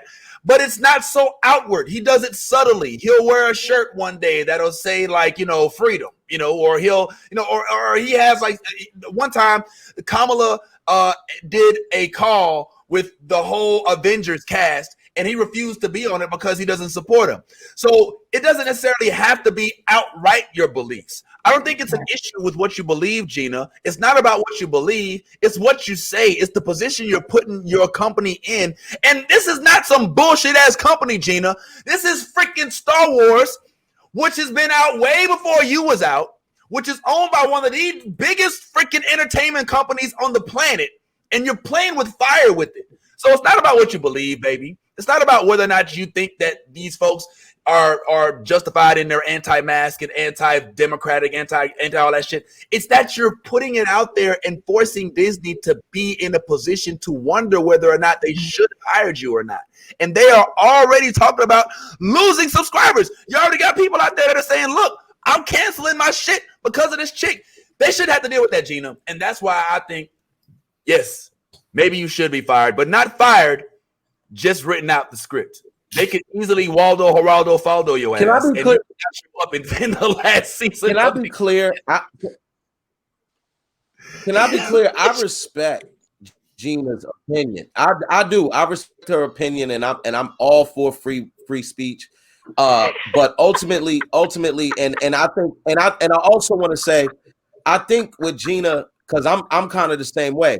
I think certain people, even though they get put into positions of power or positions of where you have a platform, a big platform, they don't change who they are. They just are who they are, regardless. And I do respect her for, you know, saying whatever it is that she believes or whatever, and not being afraid for the blowback, you know, because there's a lot of people that shut up and do what you're saying, Vince, as far as, you know, just, you know, keeping shit to yourself, you know, keeping shit to, you know, close to your waist, you know what I mean? But at the end of the day, maybe she's not built like that. Maybe she's one of those people that feels the need to say shit if it's on her chest, and that's the only way that she can function from a day-to-day basis, you know? So, you know, I definitely applaud her for having an opinion, but unfortunately in this case, you know what I mean, it's probably going to get you fired. Yeah. As you were saying, Vince, my thing is, I'm just being that we have to live in this country, and because it was funny, I was about to say being black, like everybody don't deal with it. Like, we all got to deal with this shit that we deal with being in this country. We just have to. But I'm tired of being more offended than the victims. If Disney don't care, right, I'm not going to sit here and make outrage. If Disney can't see that this is bad for business. Well, I will say this: everybody isn't quiet about their. Everybody isn't quiet about their beliefs. Like, we can look at oh boy, what's his name in that show with Liev Schreiber, the guy freaking Ray Donovan. Donovan, Donovan, Ray Donovan. His pops freaking played by man, I have no memory. That's my dude too. That's my dude. I love that actor. Freaking John Voight. John Voight. Yeah, John Voight. John Voight he spoke. I think he spoke at the Republican National Convention. And that's fine. It's not about being a Republican. I have no problem with go ahead, be a Republican. There's nothing problem with that. But it's the stance you take against certain people that are purchasing your products, and now you're putting them in a position to have to I ain't gonna lie. Like, my wife. We used to love Ray Donovan. And I was like, I'm surprised because she's super liberal. Like, she's way, way, way left. You know what I'm saying? And so I was like, I'm surprised you like the show so much with John Voight on the show. And she's like, what's wrong with John Voight? I was like, have you Googled John Voight? You know what I'm saying? She was like, what? And she Googled it and never watched it again, bro, because some of the stuff he says is so cemented in mistruth. And she just doesn't want to. She's like, if I support this, it's no better than me buying an R. Kelly CD. You know what I'm saying? It really is me saying, okay, well, yeah, you feel that way, but I still support you. So I don't even want to throw no support. If you pay your cable bill, you supporting it. So it don't matter. Like, they don't go, well, you didn't watch Showtime tonight. So what they do, they look at the ratings. Subscription right? go. They your look subscription is your subscription is the rating. Is that right? But I mean, because with Showtime, if it comes with the package, if you have, I mean, don't they look at? I don't know, Tracy. They may look at it as who's watching it, and that may make it a hit show or not. But they get their check from the fact that you pay your cable bill. Yeah, we have somebody on here who was on a TV show, Tracy. It's all dependent on what it is, though. It's all dependent on what it is, whether it's a network television show or it's a streaming channel. They're different as far as how they base their monetary gain. It's a cable show, so they go by view. They go by views. If they like basically but see with stars being a network on a cable television show, they would go by ratings. They would be a TV ratings show. You call it the Disney Plus is a streaming network which goes by views. So it's different. One is views, one is ratings. But and I mean they're both the same. They're both under the same guise because you can't get ratings without doing it. So well, but that's how they now I know Tracy, I know you were a very big but limited role on Homeland. Yes. But if you could, for those of us that aren't actors, could you give us an idea of how that works? Like, I know you don't know maybe how it works with ratings and whatnot, but when you do an episode, do they at least tell you whether or not you're going to be, anybody watched it? If you were I mean, how does that process work? And I mean, how did you land that? I mean, just real quick before we go to the next subject. Well, how did I land it? I have an agent and I audition constantly. I actually am shooting a TV show in 2 weeks in New Orleans that I can't talk about, but when it airs, I'll let you know. Breaking news. Working girl. Back on the silver screen, and we got the news, bro, right here on the new Blerd Order. Hallelujah. We breaking news right here, baby. You're not getting any news because I signed an NDA. So you don't know what show, what channel, what role. It's on, though. It's coming. It's on. That's all that matters. That's all that matters. And we said it here first. Exactly. I don't give a damn what you say, Tracy. Right. That's a big deal. We out here. Spoiler alert. Tracy is doing it big. Shields up, ready. I've been wanting to use that. Here's the thing, is, as much as I appreciate you and all the attention, I've shot enough TV shows where you shoot it and then your scene gets cut. You get all excited and all your friends, you go to a bar to watch it, and then you're like, oh, they cut my scene. Where am I? Oh, damn. Oh, damn. It sucks. So I try not to get that excited because the check is lovely, but sometimes you just get cut. Yeah. But the check's still clear? The checks do still clear. I did an episode of Vampire Diaries and they cut me and I still get residuals. I mean, they're like 13 cents, but I still get residuals. And that's what I was saying, Vince, like with your wife, I was saying you were like, she doesn't watch it no more. It's the same thing as buying an R. Kelly CD. And I'm like, that's not exactly the same thing. Like R. Kelly CD is direct money. Like that's support. When you watch, for you to say, well, I'm not watching that show. Yeah, cool. But you would probably not support it by not having that channel in your cable package. Right. You understand what I'm saying? Because they get the money anyway. Who has cable? Even if you have a streaming service, you have to pay for that streaming service. Right. If you got Stars or Showtime or whatever, you got to pay that little $5.99 a month. Well, them pennies get broke down. Like I still get a check. I still get a check from First Amendment. Not because it's airing, but what happens is Stars will sell it to whatever entity. And so they give, because of the fact that I own it as the artist, you get a percentage share. And maybe 13 cents. But every now and then I look up and HBO done something, because HBO is always doing something. Yeah, and you'll get $100 check for Def Jam. So I don't. I'm just saying that 13 cents. That's a big deal. I hold them. I deposit them things. I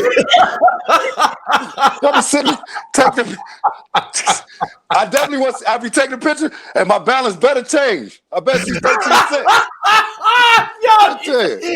Hey man, I want mine, man. Give me mine, man.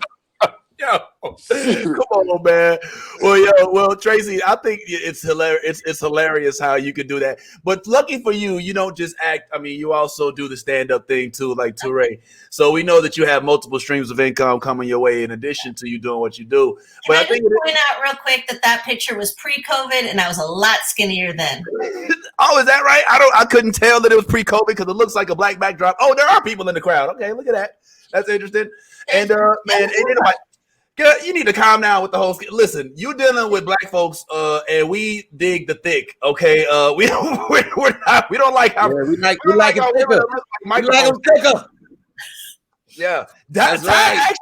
Ty actually wanted to boycott the Wonder Woman movie because he thought that Gal Gadot lost too much weight. He was like, I don't even want to watch. He was mad. I agree. I agree. So skinny. They do. That's the first thing they do. Ty. Looking healthy. They slim them up. They talk about, oh, you too heavy. That's the first thing they do. I hate that. Yeah, man. Yeah, but a lot thicker in the first one. Yeah. Not for my baby. They had her looking sick. Yeah, your thin quote unquote ness is not welcome here. This is Tracy. But speaking of which, you did bring up something interesting. You talked about the fact that nobody, as of right now, is really truly purchasing cable, which I think is fascinating. That would probably explain why HBO Max is out here killing it. Ty, if I'm not mistaken, you was telling me the other day that HBO Max is about to come out with like every show, every movie, everything on the planet. Like they're really trying to like straight up Suge Knight the whole streaming service industry and just wipe out Netflix, wipe out Disney Plus, wipe out this, that, and the third.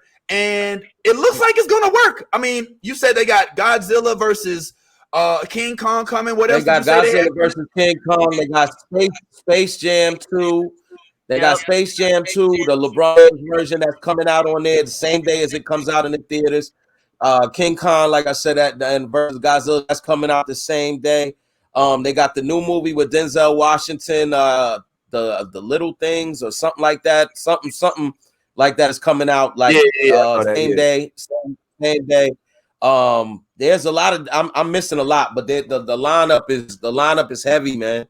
It's heavy, man. I think Mortal Kombat. Yeah. I think Mortal Kombat is coming out on HBO Max. It's funny you mentioned that because that was my segue. Thank you for that, homeboy.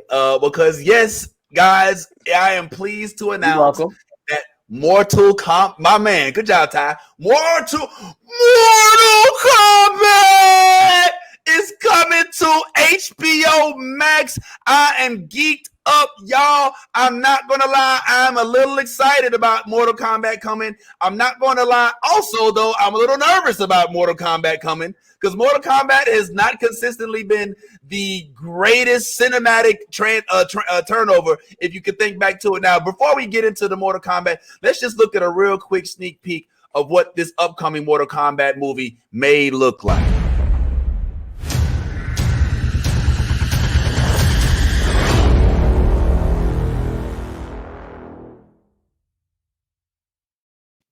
The show without getting us fired or getting us canceled off of here. It does look like that's it. That's it. For 30 seconds. That's it. Yeah. I can't. Teray, they will fire me. Ask Tracy. They like to cancel me. Yeah, yo, come on back. Come back. What are you doing? Yo, I can just put on whatever I want. I was sitting here like. I stopped breathing. I was like, Well, look. We can't give it everything with the sound on, but we can talk about it in the background at least. Now, I'm not gonna lie, guys. Mortal Kombat is something that has been with me for quite a while. I have been messing with Mortal Kombat since Sega Genesis. Yeah. Okay, when they had the 3 buttons on the thing, and I ain't gonna sit here and act like the first one was the best. I actually, frankly, think that the second Mortal Kombat that came out on Sega Genesis was better. Where we had this screen right here. That's the joint. It was that we get to do. That's the joint right there. When I tell you, you could not tell me nothing. I would have you with Raiden all day. Get back in the car, all that, bro, all day. You couldn't tell me nothing. But here's what makes me nervous, guys. This is what makes me nervous. Let us not forget about this. the first Mortal Kombat movie that came out. Oh, Yeah, my God. Really do as well as we wanted it to. It Oh, was my riddled with God. it was not the best. Now, don't get me wrong. There were some good takeaways. There were some dope scenes. I did like the way that they depicted Scorpion and Sub-Zero. I did like the way that they had Shao Kahn and the way that they did the Outworld. It was pretty cool. But your soul is mine. Was not necessarily a good takeaway from it. I'm gonna go to Yas. Yas, I don't even know if you've ever played Mortal Kombat on these vintage games. Have you even heard of it? Like you're like a millennial. Stop playing games with me, bro. I'm about to unfriend your ass on Facebook right now. Exactly. Yo, are you excited for MK? I'm dumb excited right now. Like, okay, so listen, I'm gonna give you an old throwback. You remember when you had to like remember the passcode to like type in for Goro, like to get like okay, so I remember like when I was a kid, literally my brother and I would play my dad like all night long to get that password. And my brother would get pissed because every time I would get the password because I would beat my dad and he would always remember it. So like he'd be like, come on, Yas, what is it? And I'd be like, I can't tell you. And he'd be like, stop playing games. And every time I'd want to use it, I'd be like, oh, I couldn't remember it. And he's like, oh, I already know the controls. So you know what I'm saying? Like it was like always a back and forth thing. Like Mortal Kombat is my game. I will destroy you. Like don't play games with me. For context, Toure and Tracy, I know y'all probably Yas grew up in a household where they had to read comics as if it was the New Testament. Like it was mandatory. She didn't have like Saturday morning cartoons was her church. You know I had to go on a pilgrimage. Not to say I was the only child, so I could do pretty much. But I had to go on a pilgrimage. My mom is a super mega nerd. Like she's a you know how they have top tier gamers. She's a top tier nerd, bro. Yeah, like my stepdad's a super nerd, and he bought me some comic book. I don't remember it because I didn't like it. Okay. But he was like, you can get the. I said, you know, where you get it from? He's like 7-Eleven because this is how he thought. So I go to 7-Eleven, and I remember the first comic book I ever bought was X-Men 183. Nice. The one where Colossus and the Juggernaut got in a fight. Wow. And Wolverine. Wolverine took Colossus out for drinks to talk to him about what he did to Kitty. He was like, I ain't like that shit you did to Kitty. While he was talking to him, the Juggernaut was in there. So he trying to get Colossus out of there, like, yo, let's roll. And Colossus, Wolverine, well, the Juggernaut seen Wolverine, and he's like, we don't want no trouble. But he bumped Colossus. Colossus had been drinking. So I just remember that Colossus pulled the wall down on the Juggernaut, but the Juggernaut pulled the building down on top of Colossus. Gotcha. Okay. I love that. I still got that book. That's super dope. In my house as a kid, my mom was all about Star Wars, Legos, Harry Potter, you know, like all that stuff. And my dad was all about like that's how I got introduced to Spawn and Mortal Kombat and all the badass gory type stuff, you know what I'm saying? Like my mom, like she's awesome and stuff, like, you know, like her range of knowledge for certain things is like it's incredible. Like literally I'm gonna turn her house into a Lego museum very soon, hopefully. That's what's up. Yeah, because she has more Legos than almost the damn Lego store. Like they literally like they should sponsor her because the amount of money she spent on it, it's incredible. Like no lie. That's great. That's great. You know, it's funny because I'm listening and it's the ages and the different experiences. Like, all right, you got into Spawn because your dad. I got into Spawn because Todd McFarlane took over the inks or pencils on Amazing Spider-Man at some point. So I followed him. I liked his art so good. I just followed him. So when he stepped off with Jim Lee and Rob Liefeld and they started Image Comics, Spawn was the first book that they put out. Yes. I know that shit was bad as fuck. And I even like my dad, the cool thing I remember is like my dad even had like the fucking action figures, dude, that was worth like now they're worth fucking like so much money. You know what I'm saying? Like, and they were lined up all over our bed, like, you know, on our ceilings, you know what I'm saying? Like our house, you have no idea. Like even at work, my friends are like, my patients, they're always like, you're mega nerd, you know that? I'm like, yes. And I love it. And I love it. Yeah. Nothing wrong with it. I do think that screen brings back so many great memories. No lie. I think it's dope that you did know all of those codes, Yas. But I mean, did you go Mortal Kombat all the way to the? Oh, whoa! What? Wait, what's going on here? What is? Yeah, my mom still has a Sega. My mom still to this day has a Sega in the box. What? Yo, what the fuck? Yeah. Yo, hold on, look at Teray. Look at this shit. Look at this. Look at this. Burger King gave these out. Burger King gave these out years ago. I got all of them, but these are the only 2 I drink out of. Damn, that's super cool. Man, my respect level went from like 100 to like 0.3 when he said Burger King gave these to him. I thought he got them from a con. I was like, damn, no, this nigga got it when he was ordering a Whopper and a guy. Yes, nigga, I ordered all the Whoppers to get them too. I was gonna say, how many damn Whoppers did you order, bro? He's I don't even like Burger King. Nigga, I don't even like Burger King. You know what I mean? I had to go to different Burger King because you know the hood only had this one. Dedication in that hunt. I had to go out of town to get the white boy. They was like, no, we ain't got that. I was like, you ain't got Thor? They was like, no, we got War Machine though. Yo, come on, man. Well, anyway, yo, I'm excited. Now, Tracy, I don't know how deep your nerd runs, Tracy. I don't know if you're into video games. Also, I know one thing we learned in what's that movie, Ty, that we watched with the guy who ends up being like the what was it called? The Origins. Origins. Do this every week. Like I'm gonna need you to remember that. The comic Origins or something like that, right? Unknown Origins. Unknown Origins. Something like that. Where there's a movie. Yeah, there's a movie that me and Ty watched called Unknown Origins, where it's a foreign movie. It's based in Spain. But they go into the different levels of nerd, like how some people think that nerd is universal.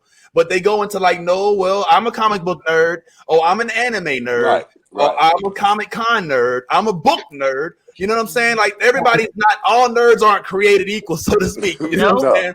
No. So when I ask you this, I hope you don't take offense, but did you play video games? Were you into it, Tracy? Is that? No. What's really interesting is I am such a brand new nerd. I actually, you guys are going to kill me, but I did not watch Star Wars until 2017. Oh my God. I am so new to this nerd. All right. We're losing Tracy. I'm sorry, guys. Who was that? Hey, man, I thought you said this joint was legit. So,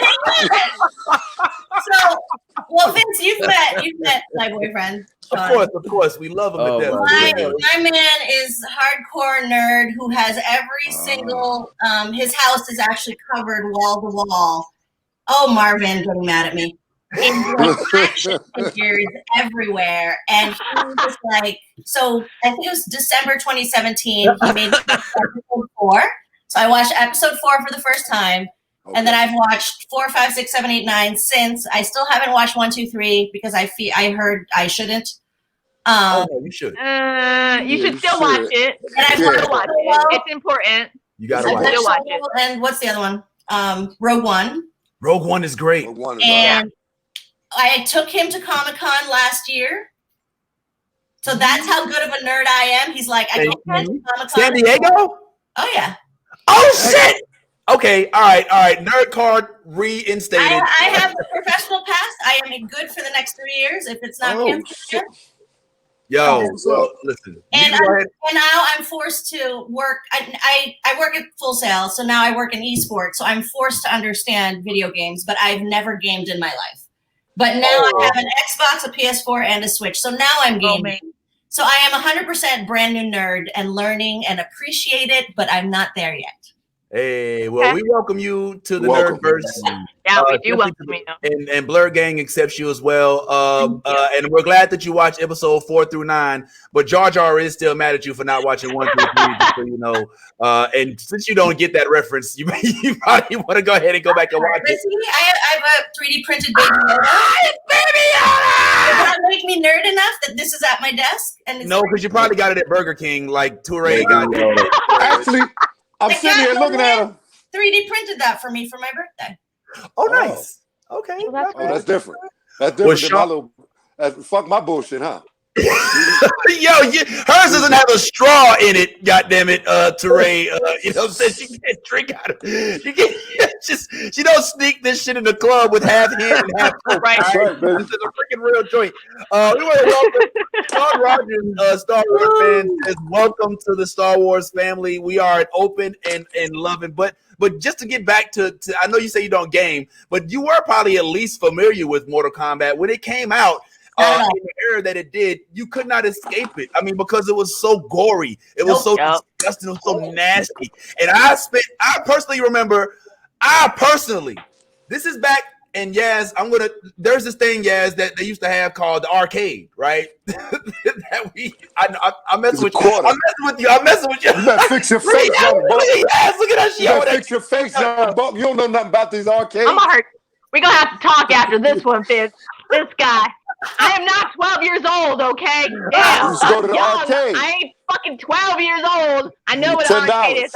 I got coins to go to the arcade here in Daytona, bro. Okay, don't play games with me. I used to go to arcade in Broadway. I go to nerd bars that have arcades in them where you can drink at, and it's for people that are nerdy. Like they're in Orlando, like you. They're specifically for that shit. I know what an arcade is. Dr. Shit.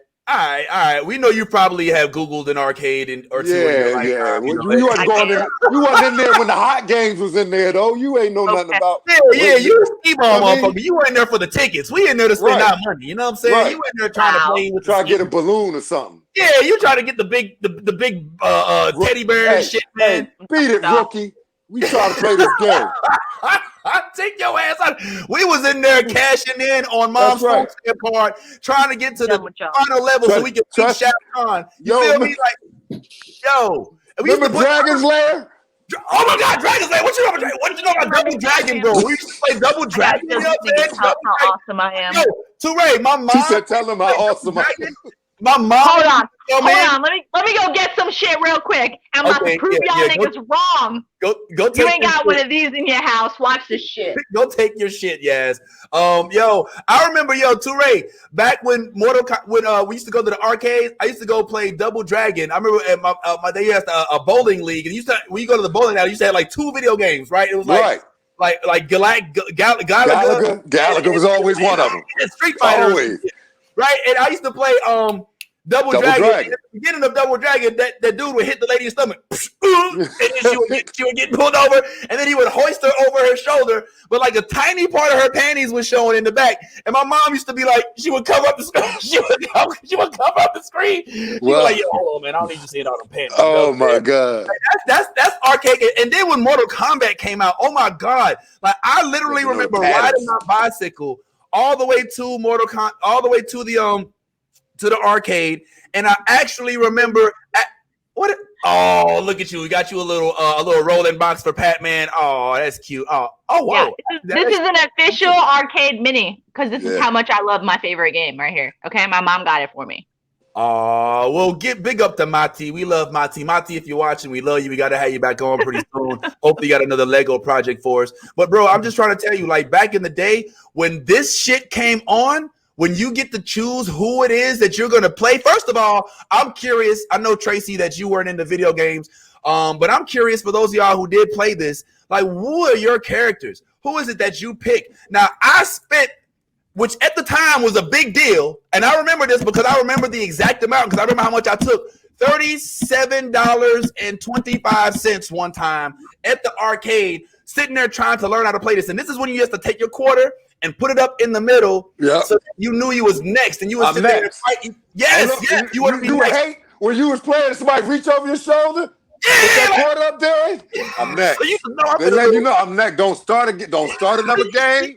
I'm next. Yes, bro. Yeah. So, I mean, there's so much lore, and this is honestly one of the first fighting games that made you interested in the characters. Like, I remember Street Fighter, we were like, okay, Blanca, Brazil, Bison from Thailand, all right, fine. But you're actually like, yo, who the fuck is Luke Cage? You know what I'm saying? Like, who the fuck is Shang Tsung? Like, what the fuck is up with this Baraka guy? And I'm just so geeked up that they may actually take it serious. Now, I'm not gonna lie, I'm nervous.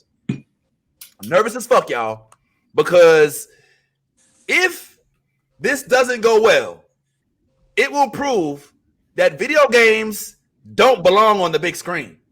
because we have not had very many video game movies that have translated well to the big. It can't be no worse than the Justice League, though. Sure it can. I mean, like they got all these mistakes to learn from, is what I'm saying. So you're right. They coming back. They even got 2 of their own movies to look at, and I think it'll be all right, man. It is true. And do you know what the platform is? Is it going to the theaters or Netflix? Like, do you know? See, that brings me to the next point. Oh, it's HBO Max. It might be fire, yo. It might be fire. It might be fire. So it could be. I mean, there are some positive signs. What up? Oh yeah, because I was about to say, I was just about to touch on that. Yeah, because I went to a credible source, and looks like this Mortal Kombat will differ from the other Mortal Kombats because this one will be rated R. This one will also be they say that they're gonna be more explicit, more gore, as opposed to the other movies which were more kid friendly. This is gonna be the true game we played where heads ripped off, insides getting pulled out, everything that makes Mortal Kombat. Well, all right. Yeah. All right. Hell yeah. Well, yeah, everything that makes Mortal Kombat, with the exception of the fact that Mortal Kombat was never really a game, was never really something that gave you a hero, right? Like you don't really have like somebody. You could say Luke Cage. Oh shit, Cyrax. You could say Luke Cage is kind of a pseudo hero, but we never really rooted for anybody in Mortal Kombat. We just played it. So that makes it hard because in these videos, in these movies, in these series, you have to kind of make a hero out of a saga that never really had one. Now, let's be honest. One of the things that we're also excited about is seeing how they depict these scenes, like the fatalities, the babalities, the friendships, the shit like that. But one thing that I'm interested in seeing is who they have playing these characters. So we do have a list of the cast, and I'm hoping Ty gets back in here because I need him to see this. Yeah, there he is. Ty, come on in here. I need you to check this out, bro. So we do have a list of the cast. Let's check it out. So we've got Jessica McNamee, who I guess is playing Sonya. All right. We've got my man playing Scorpion. Looks like he's going to kill it. Joe Sub-Zero. Okay, we got Raiden. Josh Lawson. Oh, who we know already. Liu Kang is coming through. Jax is. Wait. Now, see, I thought that Jax was going to be played by Michael Jai White, but that evidently is not the case. Right. All right. I got that check. I don't know because he was in the trailer. Remember they put that trailer out a long time ago, so I don't know what is going on there. But there's something that I'm extremely after researching this, Ty, and you can appreciate this. Now I'm very interested in the cast, and I'm going to say it's more than likely unnecessarily due to this young lady that's about to pop up on the screen right now. Boom! Sissy Stringer. Did you see that?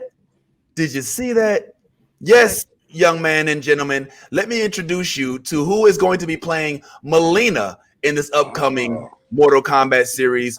One Sissy Stringer. Yes. Welcome to the screen, new Black Girl Magic. We love to see it. Who is going to be playing Melina, who you all know is El Ava sister when it comes to her versus Katana. You remember that she was in the first Mortal Kombat movies depicted by another young lady who is not of African descent, but this one right here is of African descent. And let me tell you what it is that I'm loving about Miss Sissy Stringer. If you go, first of all, she ain't blew up yet. She's still under 10,000 followers on Instagram. So this is going to change her life, number one.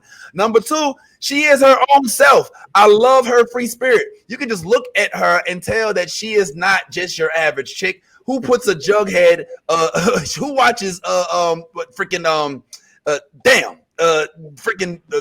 Jones. What's the video, the Archie comics, yes, Jughead, freaking the show, Bill. Where they live at? Yeah, whatever. Where they live at? Somebody in the comments, correct me, please. Correct me. But she also, Ty, you can appreciate this. Looks like she likes to partake a little bit. Hallelujah. And I love the way she interacts. Riverdale. Thank you, Lisa. Riverdale is the show that she's talking about. We're here with the Jughead shirt. But I also like, you can tell that she's got a little bit of sass in her, as we can look through the comment section and see as she responds to some of her fans. Like one here says, so when they're gonna release the trailer for the MK movie? That movie better be on Netflix, because when the movie is out, I'm just saying, girl, she says, I ain't got a control over that shit. Yo, I'm looking forward to this chick, yo. I'm hoping that she does her thing, but I'm also hoping that they give her a storyline worthy of it, because let's be real, if you follow Mortal Kombat, you know Melina is not necessarily a good character. Yep. So Touré, did you play the Mortal Kombat? I wasn't good at it, but yeah. I mean, did you have it on the Xbox? Xbox. Did you have it on the Genesis, Super Nintendo? You played at the arcade like I did? At the arcade. By the time Sega came out, I was into 2K and Madden and unbelievably Sonic. I really like Sonic. Because it's goal oriented. It was like trying to get to the end, you know. I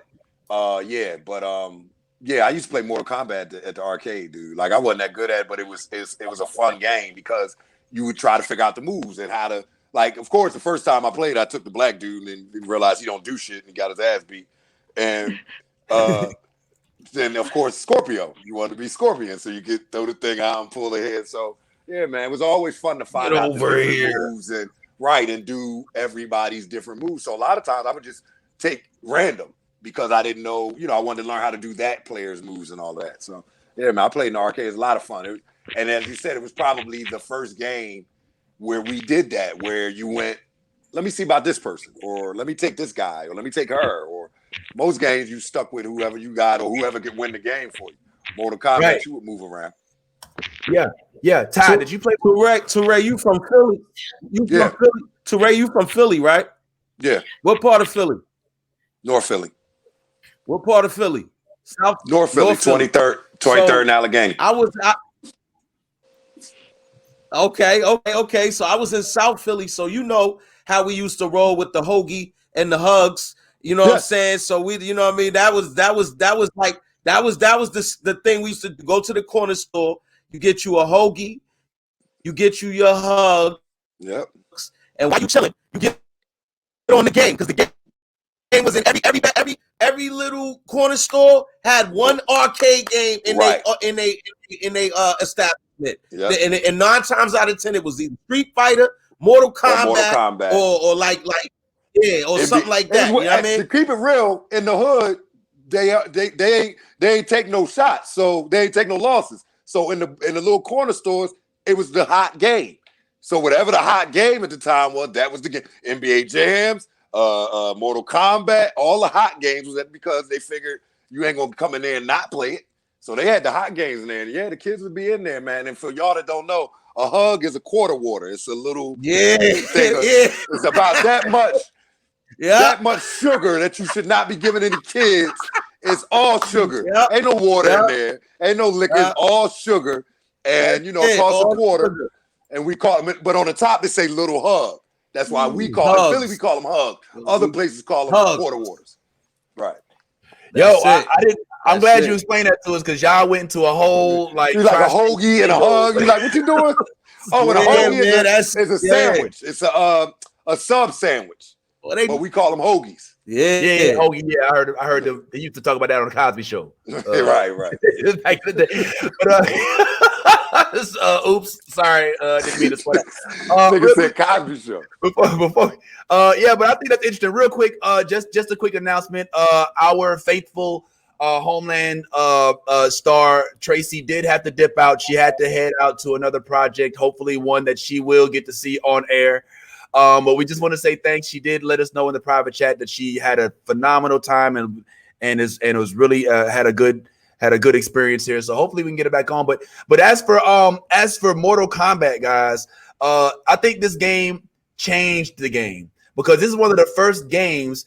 Other than there were other games too that tried to incorporate violence that did not get as much notoriety. But Mortal Kombat was like the target of folks who would basically say, oh, that's why my kid is a terrorist, because he plays video games like Mortal Kombat. You know what I'm saying? Oh, my kid likes to cut cats in half. It's because he saw Sub-Zero take a neck off of, you know what I'm saying? Like, this game right here changed it. Street Fighter was a preface, all right? But it wasn't as bloody, wasn't as gory. There's no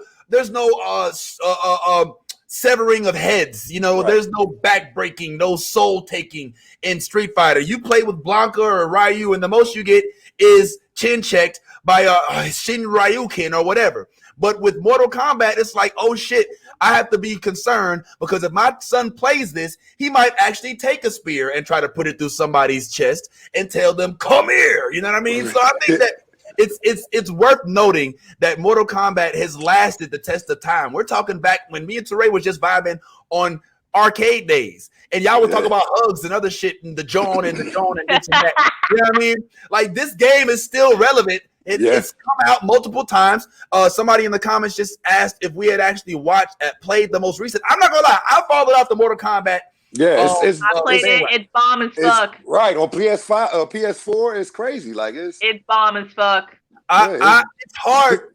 Well, for me, guys, it's hard because I always want to play and use the same moves. Like, I'm still hitting back forward. Can't do it, bro. It don't work like that. You better come on in. Hell yeah. The kid you better check that moves list. You better check that fucking moves list, son. That's all you gotta do.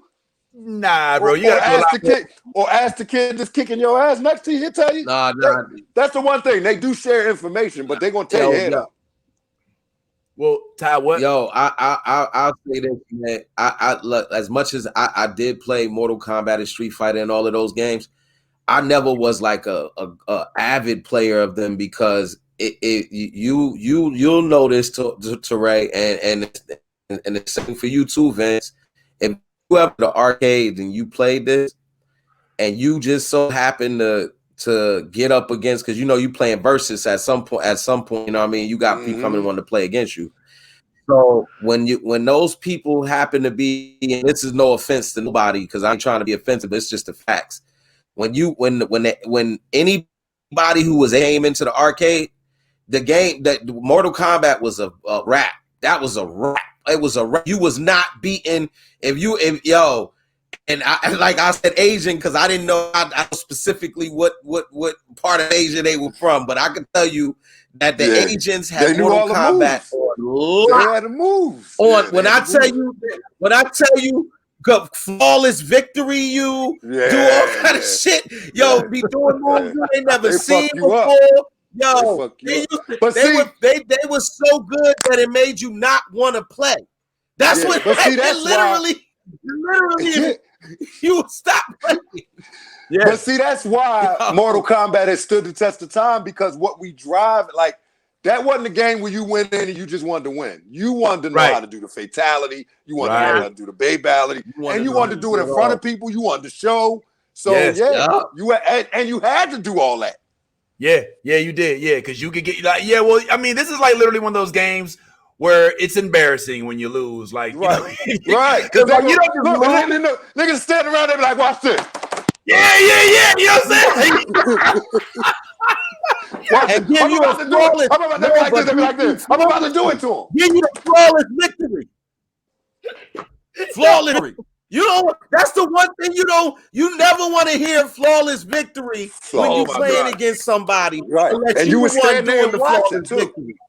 Yo, I don't give a damn, yo. I would cheese the hell out of motherfuckers, bro. I would sit there and hit you while you blocking until your ass died. Just pop. Little by little, your shit go down, and eventually, yo, bro, I'm telling you, when I used to live in Philly, and South Philly, it is a large concentration of the Filipino community, and I'm not lying to you when I tell you. Them niggas would literally make you quit playing, because they would do every move. They'll block every fucking thing you do. They have a counter for everything you do. I'm talking flawless victories. Yo, I'm not, y'all laughing. I'm dead ass. I was in the corner stores getting flawless victory by a little 5'1" little Asian kid who knows every move. The nigga is, and they humble. They be humble. They don't even talk shit. I need They're not gonna talk shit after you do that shit. They be humble. That's that great Greer Barnes joke about Asian dudes. Yo, He is just as mad about that as that whole like black and white WandaVision. Marvin, no. He said, "Look, just walk away and let somebody else play your quarter." Yep, that's exactly what you do. We used to play. If you lost, you had to put up a quarter. Oh wow! If you lost, like you pay for my game. Too. Yep. You know what I mean? Oh yeah, I pay it forward. Yeah. Okay, pay for my game. Nah, so if you lost, you had to have 50 Cent to play because you had to put a quarter up for him and your own quarter in. This game represents.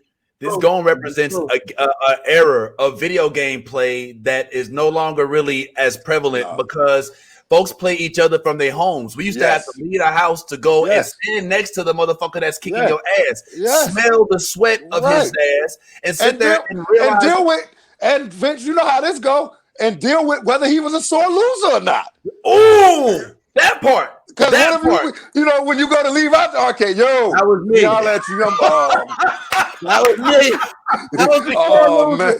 That was standing right by your bike. Man, just a video game. No, you bad. Oh my god. Yeah, man. Yo, he be standing right by your bike chain, like come on, man. You cheated. Right, you cheated me. Then you got to deal with that. And all his friends is out there. Well, for some reason, y'all all know I ain't cheated him. I just played him. Y'all was in there. Y'all seen it. They don't want to hear none of that. They don't want to hear none of that. Yo, I'll tell you where I started losing it. Ty, where I started getting pissed off was where they made it so that if you jump towards the person you playing, like you could kick. You couldn't even get close. Like they would kick you away before you even get closer.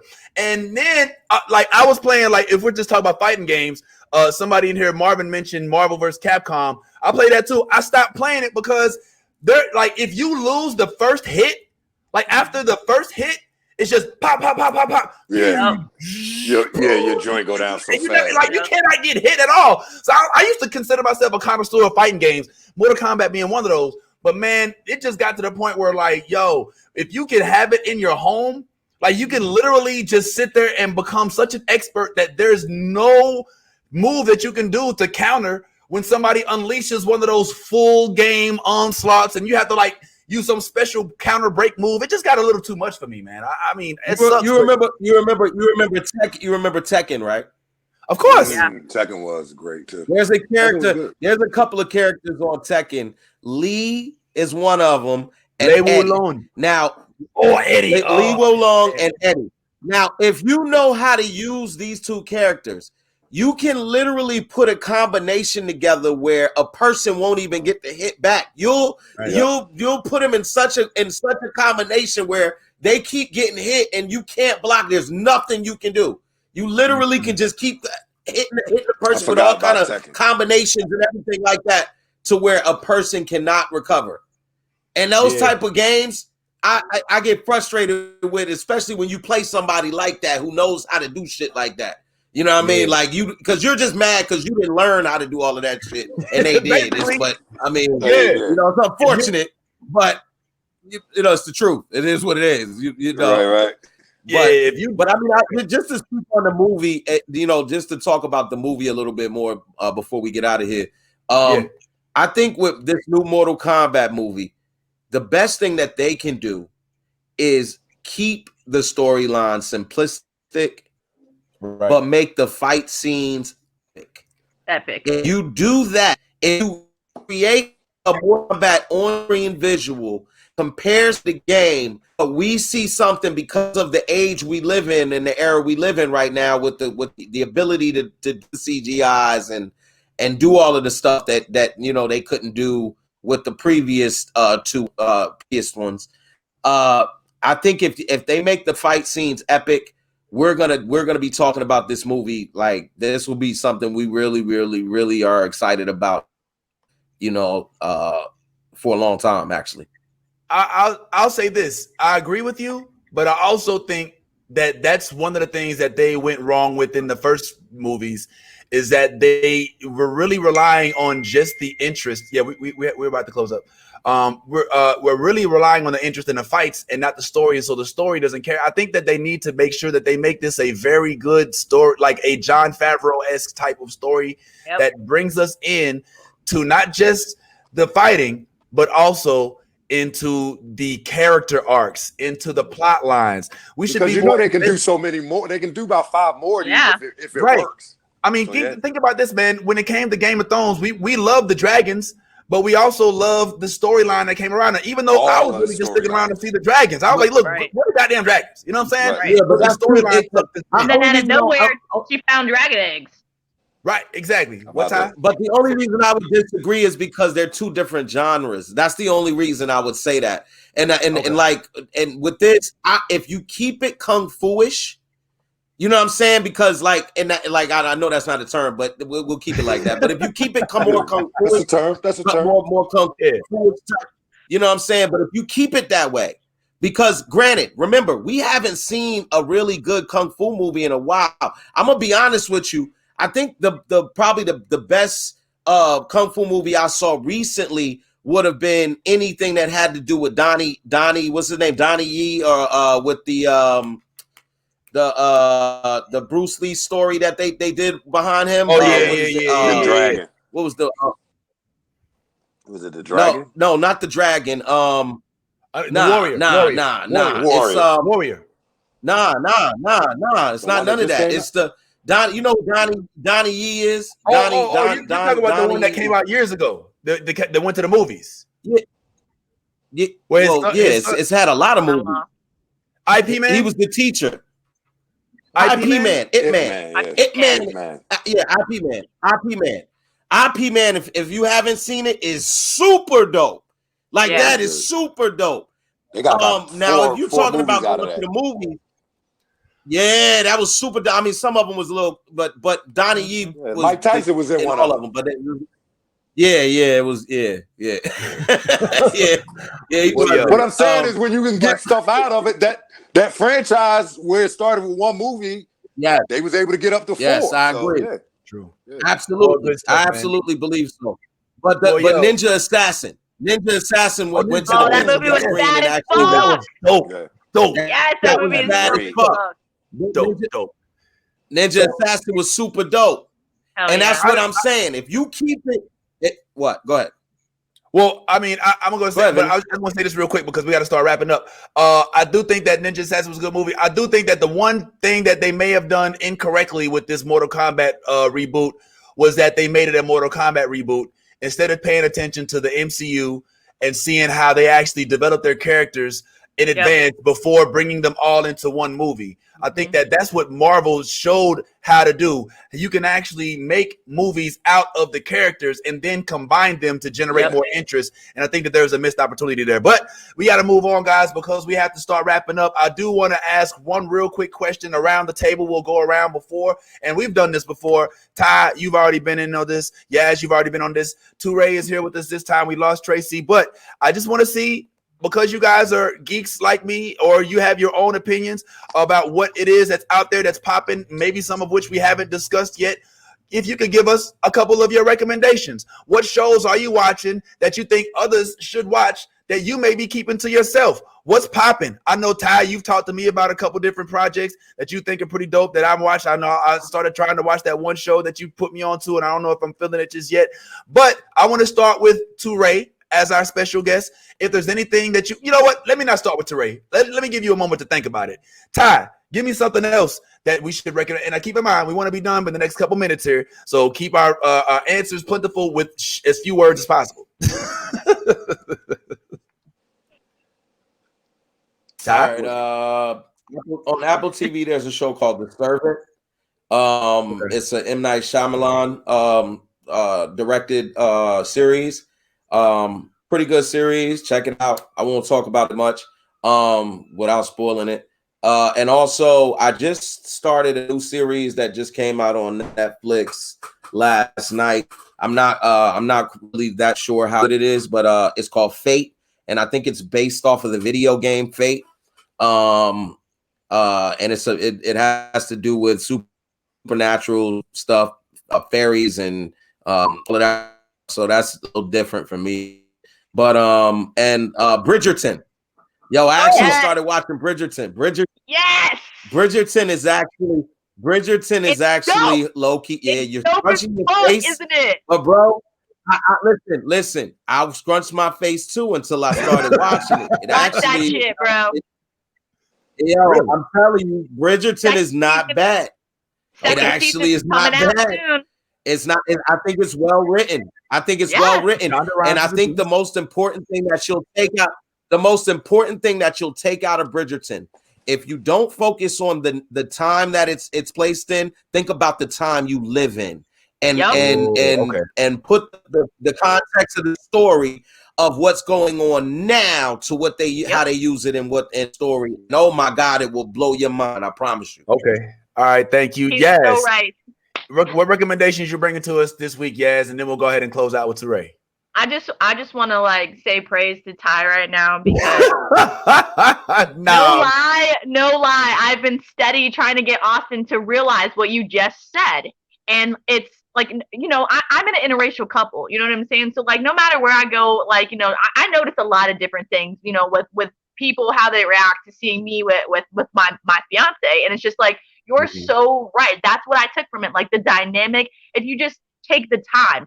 Just don't even think about it. Put it in with your time and really, really get into it and watch it. It's so fucking relevant. It's crazy. Like, it's really, and like the writers, I liked how, yes, it's a story that was taken back way back when, but they made it relevant with, like, if you listen to the music in that shit, it's music that's like popular right now. Like that's been trending. Like, if they have they have Ariana Grande songs in there. Like they have a lot of different songs. You're like, oh shit, I know that song. Holy shit. Like, you gotta really watch it. It's really intriguing. And like, I like the spinoffs and that shit too. You know what I'm saying? Like it's on some other shit. But the one I would recommend is I've been on a Bill Burr kick lately. I don't know why. But F is for Family, I just started watching that show, and no lie, if you haven't seen it, you need to watch it because it is fucking hilarious. And I feel like, no lie, I'm gonna be Bill Burr when I have kids. Like, I'm gonna be the mom version of Bill Burr. Like, really, because I say that all the time. Like his expression, I'm gonna put you to the fucking wall. Like, I say shit like that all the time, you know, to like my fiance and stuff like that. And like, so it's super funny. So yeah, that's my recommendation. Teray, before we get on up out of here, man, any recommendations from? First of all, I might check out Bridgerton if check that shit out. You should. If it promises to be better than. If it's better than WandaVision, yes, it's better than WandaVision. It's way better. First of all, my man, I got to give shout out to Bridgerton because my man, the Pull Out King. Like, I don't know if you watch it. You got to watch it. That nigga's the Pull Out King. Too. He's Pull Out King. Yo. Like, he don't be like, yo, I ain't doing that. So, but you got to watch it, man. It's deep. My lady got me into it, so I watched it with her. But I mean, it's deep, and there's, as they both are saying, I have to agree. She was saying, watching it, she was like, I just like it because, you know, it shows people of color and blah, blah, blah. I was like, babe, if you really, really paying attention to this, color doesn't matter. Nope. It's about money and class. Yep. If you watching society. They don't walk. It ain't like when the person walk in, they go, oh, that's the black rich people. They go, that's the Duchess or whatever. Like, they don't, color don't matter. And that's, I kind of think how they make that go in a kind of fantasy sense where they never address it. They never address race. Nope. But so that's Bridgerton. But they do though, too, Ray. They do address it. They do address it too, Ray. They address race, not and it's actually. Go ahead. It's not in the aspect of hierarchies. Like, look, it's you know, a different spectrum. Yes, they address it in the way that they're saying it's the woman who raised him, and she's explaining to the Duke, like, look at what the king and the queen, because the king of England at that time, he's white, and the queen is black at that time. Right. So, and she's the one running everything. Like, she's the one that's at all the fucking parties. Yeah. Like the so king and like, you know what I'm saying? They're saying, like, in that time in society, look at what that did. One man fell in love with one woman, and it changed everything. It wasn't about color. It was about fucking love. You know what I'm saying? Like, if we just stop letting stupid shit like color get in the way. Everything should be different. Yes, we gotta let Touré get this out because he gotta go. So, but yeah, I gotta get out of here. Sorry. All right. So Bridgerton, I've seen that also. I know you guys being nerds, blurs, probably seen Baki on Netflix. Oh, the anime. Yes, Yeah. I love it. Now, I love Baki. I love They Baki. finally finished the third season because when they were trying to do it before COVID hit and they weren't able to get the dubbing done. So they finally got the third season done with all that. And that's a recommendation if you haven't seen it, and for your viewers and followers if they haven't seen it to watch it. But also not the same, not anime, a little more serious, not so much blurred. But there's a documentary on Netflix called Crack. And I seen that. I watched that. That crazy. That thing, man. You gotta watch that thing. Man. That is crazy. You're right. You just gotta watch it with an open mind, even though we've all lived through it. Watch it with an open mind and peep the things you didn't see. Hell yeah. It's deep. Hell yeah. So those are my recommendations. All right, well, check it out, man. Thank you, Touré, man. I cannot thank you enough. It is a big deal, guys, that Touré is on here with us. I know he's on the way out. I think he got to get to the probation office. Yes, so we don't want him to get violated. Not at all. Not at all. We also want to thank Tracy for stopping by and giving us her ideals, even though she didn't necessarily watch Star Wars, and we will not hold that against her. It is all to the good. But I just want to say this has been a phenomenal way for us to go ahead and communicate with those of you who do watch these type of things. Thank you as well. I'm going to try. Y'all sit tight. We'll go ahead and do a little after banter. So I'm just going to go ahead and put you out to the background for now as we start to close out. But as I always try to say, and am not really able to say successfully in most times, be who you are no matter who's around you. Be yourself and folks will adjust. And if you a geek, then by means, damn it, let that geek flag fly. Fighter 2, I just really hate Zangief, only Ken and Ra 2. I find it hard to be Blanca, keep a wee ninja hanging and the uncle album banging. If you negative in energy, then stay out the vicinity. Yeah, them niggas over there. Yeah, now look at what I'm with.